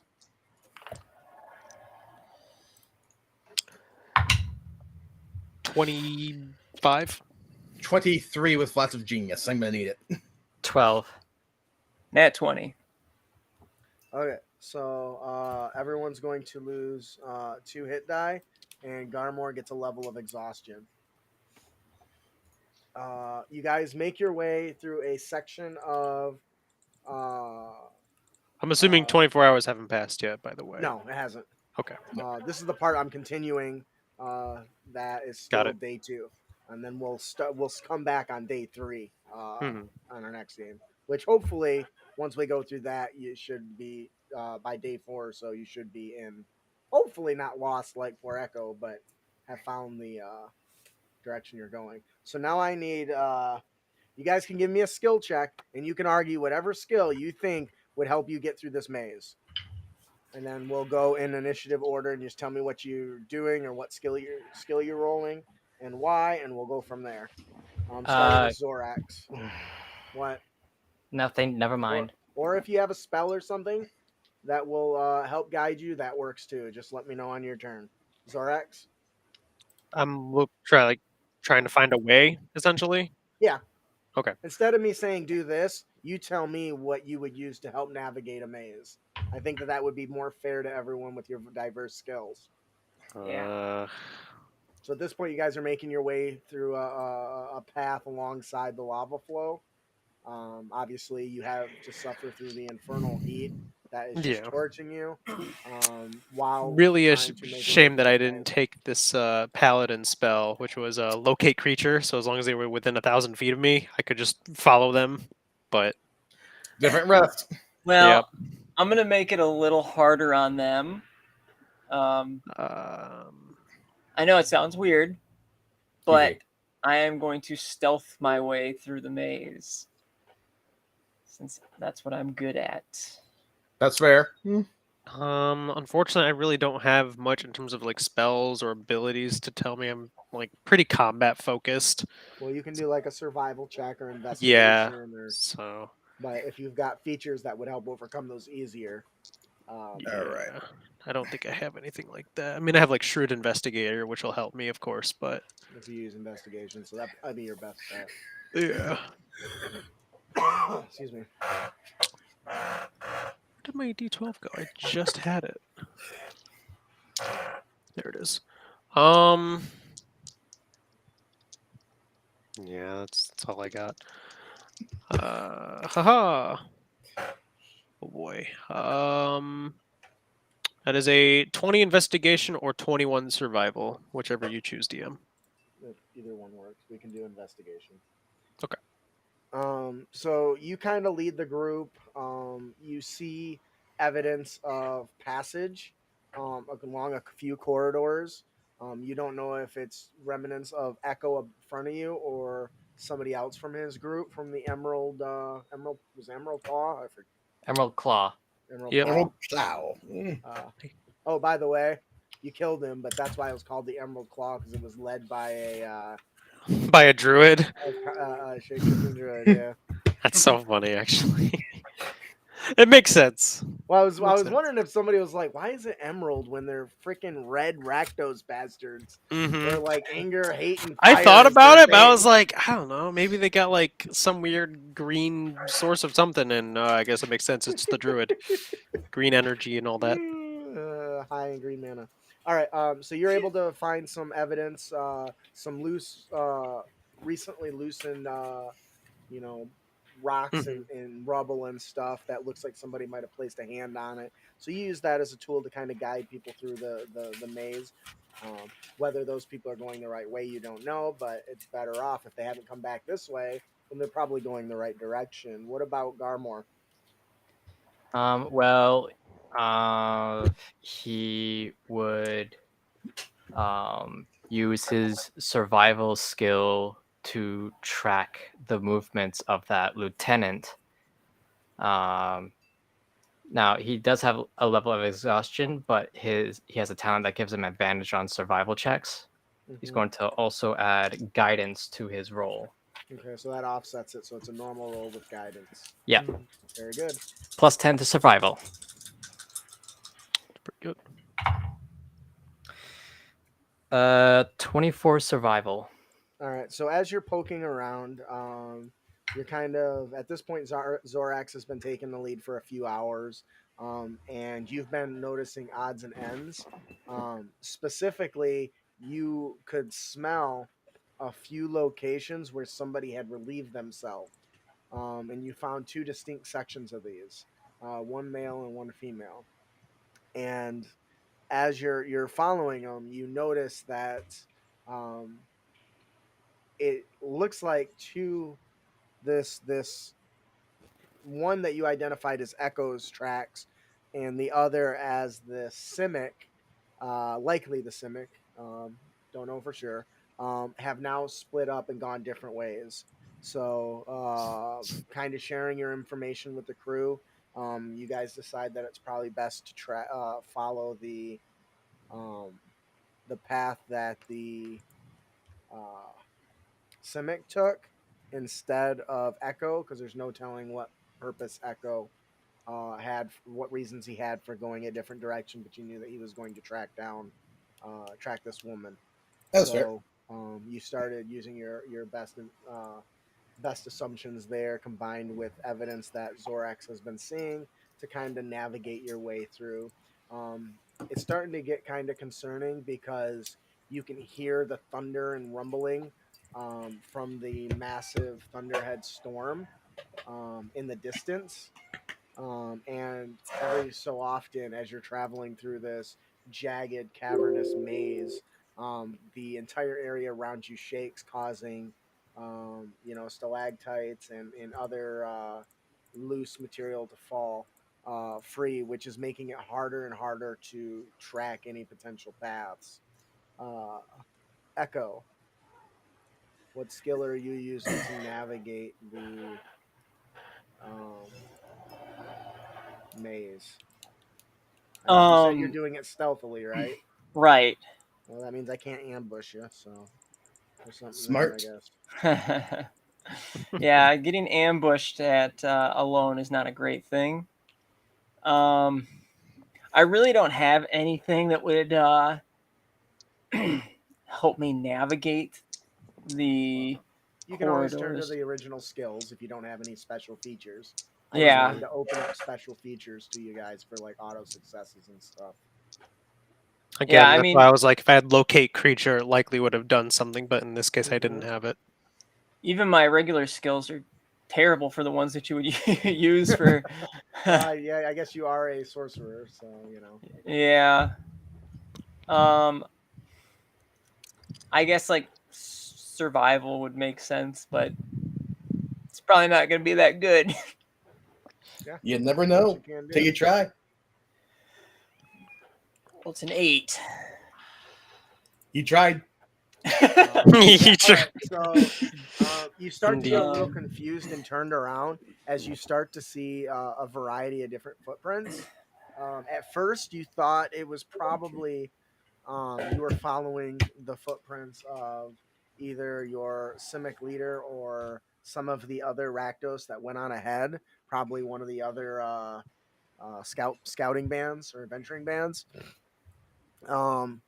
It isn't after a few hours till you realize that all the boot shape prints are the same, and that somehow you keep going back in circles, even though you're certain you're not. It's very disorienting here. The heat is really getting to you. You aren't paying very close attention, and as you're making your way down a hallway, you ooh, that's brutal. I'm sorry. If you die on your own, I am totally my bad. Because some of these are like deadly traps for 11 through 16. So my bad. All right. So as you're walking in, you come to a very strange looking room. This room that you followed into finally has it's one of the few that looks like it's been shaped to some extent, probably with just like a hammer and chisel, nothing too fancy. um, you can see at the end there are two doors, and by doors I mean like openings, one to the left and one straight ahead, but they're on opposite ends of the room across from each other. Okay. You give me a perception check. Yeah. 16. That's not bad. I'll take it. So as you're looking down, the first thing you notice is there are looks like some sort of scrape marks going from the right end of the room, right around the middle section to the left, and it looks like claw marks or sword marks. It's hard to tell, but it looks like it starts at about just past the halfway point to the room to the left. Looks like there's been a lot of traffic that direction. Huh. Doesn't look like there's much traffic to the right. So the right seems less dangerous then. Well, it seems like it's had less traffic. Okay. Take that how you will. Yeah. I'll go left where the majority of the traffic is because I am trying to catch up with either a group of the Rakdos or the party. but I am going to avoid stepping on the scratches on the ground, just out of caution. Okay. So as you start making your way towards the opening, the entire floor beneath you begins to shift and tilt inward. I need you to give me a dexterity saving throw. Okay. DC is 20. Okay. I got a 20. Oh, No. Natural 20. jeez, dude. Nice. No, 18. 30, My 20. dex is only a +2. All right. Well, you made so it. The Holy floor cow. tilts out from underneath you, and the entire thing slides open. And the first thing you do is you reach out to try to catch yourself, and you realize that all the scrapes are from others doing the exact same. As you kind of come to this realization, you leap forward towards the edge of the room, and you grab onto the floor where the door opening is, and you're hanging from it just as the floor tilts back up and kind of pushes your feet up and stops right at your feet.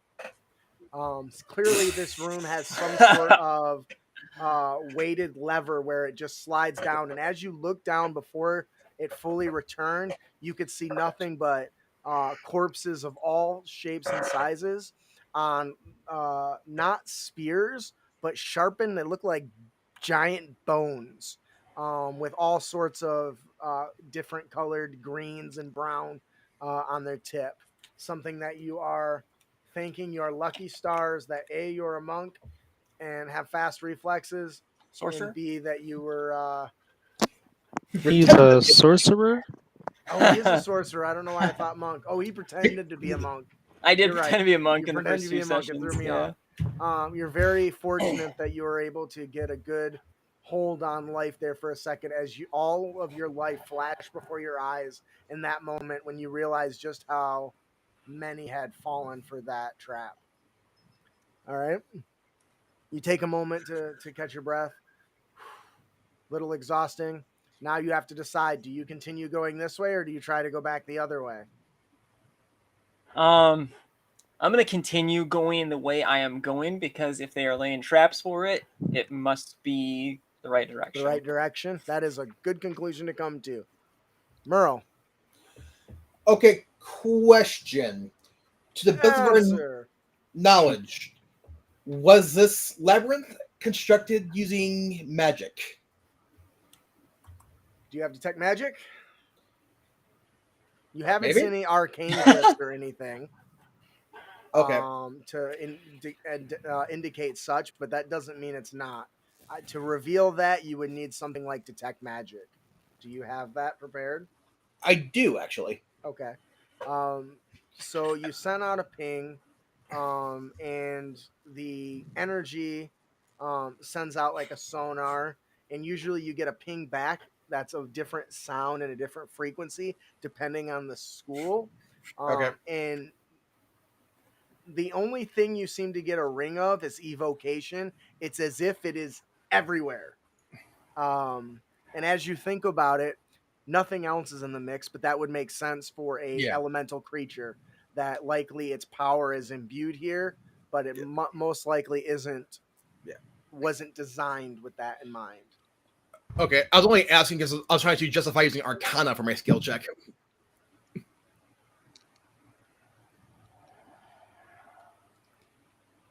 Because there's not enough. It's a very primitive labyrinth, which is why it's so janky in design. So that's fine. Okay, unfortunately, that won't work. But you also know that doesn't seem to be any other magic in the local area, so that's fine. Because my train of thought was effective along the lines of if this was made with magic, maybe there's a logic behind the magic way this was constructed and so forth. But what we can use is the fact that you use detect magic to be able to discern that any threats you might run into are likely going to be non-magical, aside from any elementals that you've already had a run-in with that might be in the area. That does give you a little bit of warning on the potential threat of more mechanical traps and dangers as opposed to magical ones. All right. I shall use investigation then for my skill check. Okay. Combine it with a D12 roll. Imitation is the sincerest form of slaughter. I'm pretty sure that's not right. And I'm going to throw in Flash of Genius, because why not, to make this roll a 37. All right, so as Zorax and Garmor are kind of leading the way, you definitely are certain that you've lost any evidence of echo. Yep. You are certainly on the same path as this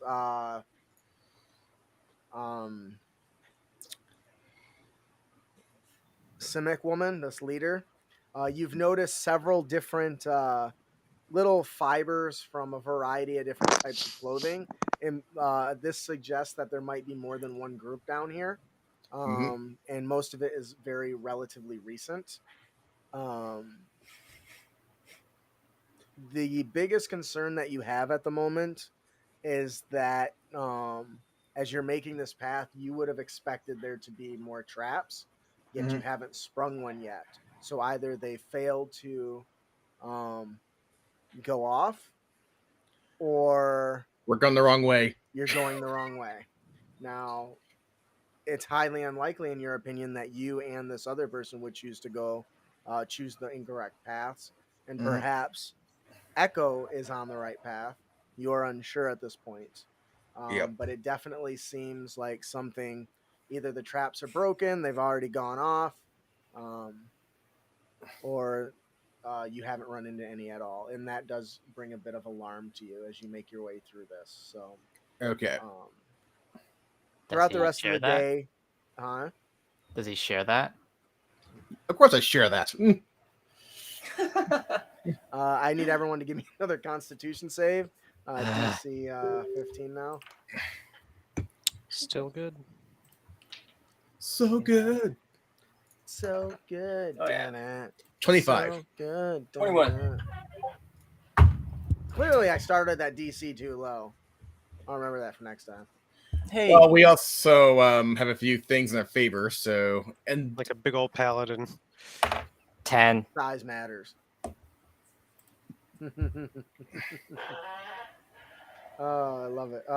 Wait, did you get another 10, Garmor? Yeah. Oh, that's poopy. What did Will get? I'm sorry, I missed it. 21.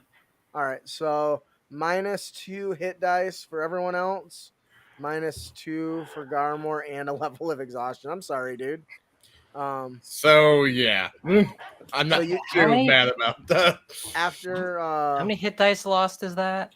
I don't know, a lot, at least probably 8, probably more. I have 8. Is it 8? Yeah.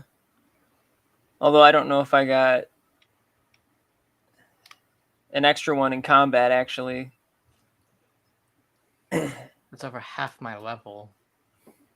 Good. Because for those that don't know, when you take a long rest, you only get half your maximum hit dice back, which this is supposed to drain slowly. Oh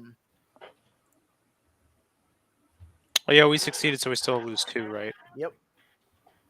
The succeed is only to see whether you get exhaustion or not. All right, so you guys travel for another, another couple hours. You find a nice little outcropping that has just enough cover from the open heat to make a kind of unroll your bedrolls and kind of calculate. You see Merle busts out some paperwork and starts drawing a replicate kind of, it looks like a schematic, but it's your travel through the maze thus far, with little detail schematics of some of the important notes that he's made along the way. Yep. Echo, you continue on your journey. Before I do, Go ahead. I want to cast Prestidigitation on the wall behind me where the trap is, and just leave the word trap there so that anybody that comes behind me can see it for an hour. Oh, that's generous. Assuming that the group might come behind me. So, It's fair. yeah. That's a good assumption. That is a Yep. really good assumption. I like that.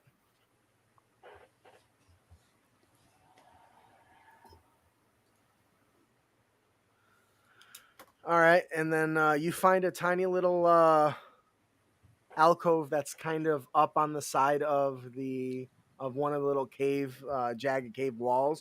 You kind of crawl your way up there to get yourself off the lower floor. As you sit here in this area, you each kind of just ponder the size of it. You've already spent 2 full days in here, and you're not sure how close you are to the center, if at all. The only sort of indicator you have is that the temperature is getting hotter. So that means the next day's travel will probably be more intense, which means higher loss of hit dice for the travel as you make your way towards the lair of this creature. Merle, you've been able to probably confirm there's at least 3 other groups of adventurers in here. You think that there's likely more than that, based on the different threads you've collected. Most notably, one of the cloths was a bright gold and white.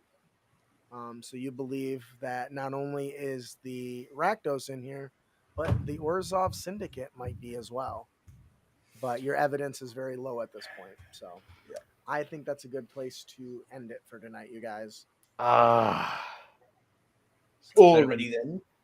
So that's probably means we're gonna get one more long rest out of the mix, which means you guys are at you get your long rest. Remember, you only get half your hit dice back on a long rest, and only 1 level of exhaustion is removed, unless you've got a feature of some sort, which I don't think you do. I think that'll do it. If you're still watching this, thank you for joining us today. This campaign is slowly winding down. As you can tell, they need to gather this resource, and hopefully that goes the way they want. We'll see. No way the teleportation will mess up twice, will it? We'll see. We've been, well, you know, So we'll see. let's There's take a some minute. complications. Let's take a minute to go around the table and tell me who you are and what you like about tonight, starting with Zorax. Hey everybody, Austin here, played Zorax. I love playing combat with this character and getting that kill to get into super mode. Does so much work. It makes me feel invincible. But that was probably my favorite moment, aside from sky dropping onto a Tyrannosaurus Rex on a magma bridge. That's pretty cool. Don't know why that's a thing that happened this session, but I certainly didn't think that was going to happen this session. Oh, that's funny. Yeah. Hi, my name is Matthew, and I play Garmar, the druid of the group, who thought that magic item. Yeah, I got a magic item. A really nice one. Yeah, It's a very nice one. Yeah, it's pretty good. Almost like he picked it out. But yeah, he's the guy who thought that Zorax lost his mind, which I was going to rephrase until I got interrupted. Yeah, we do that a lot. Sorry. Yeah, and I'll be honest with you guys, I'm losing my patience on that matter. Oh man, you too, huh? You're the one that always wants my character like killed, or is always assuming he's being betrayed. Like, I don't know what you want from me. You tried to lock me into prison forever, intentionally. That's what I think. Oh, anywho, him again. Ian. Well, once again, I'm Ian. I played the Arthur Merle Bronson. Do I really have to say what my favorite moment of the night was? I think we got you. It was very good. I don't have to, but I will. By all means. Shooting a druid who was a fly off a bridge over a lava pit, which he fell into, which killed him, which is his pixies, who were probably worked into Tyrannosauruses. Which, by the way, I would like to point out that 2 of those Myrmidons are still alive, and even if that Lexon survived, they would finish him off. If I promise you, there's more than one down there. Yeah, Probably. I know. There's probably like Uh, a fucking 100. a clan. Yeah. Yeah, I am Will. I played Echo, the changeling sorcerer, who is trying to work the Rakdos and get them to take a lot of the heat, if you know what I mean. But They sure did. And One I got also bodied into a lava pit. I made a tactical error. I probably shouldn't have chased after people into a maze. Without any way of locating them. Yeah. when you said that, I'm just like, you were being led through this maze. Is that a good idea? Okay. Well, hey, you know I what? don't. Maybe Echo's I don't making the judge. better decisions here, and we just don't know yet. I do want to point out that during our last long rest, I did prepare a rope trick, so we can probably use that to rest for our next long rest. Get away from the heat for a little bit, because that's a little interdimensional area, right? Exactly. Okay. And did you us want to being use found. that? Yes, I do. Okay. So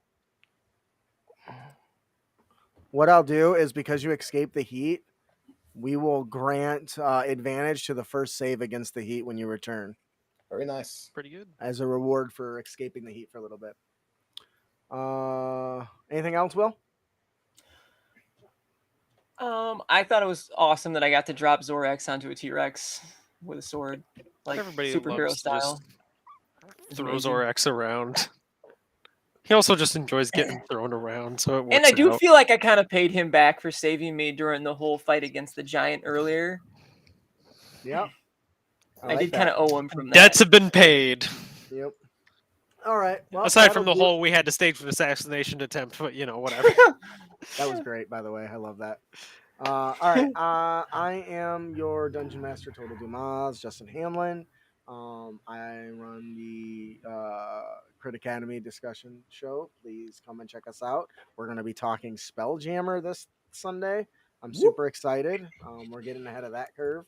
I got lots of good stuff and lots of topics. If you want to come and check us out, we're live most Sundays at 7 p.m. Eastern, or you can catch us our podcast on Wednesdays on your favorite podcasting catcher platform thing. So I think that'll do it for today. Keep your blades sharp and spells prepared, heroes. We'll see you guys later. See it.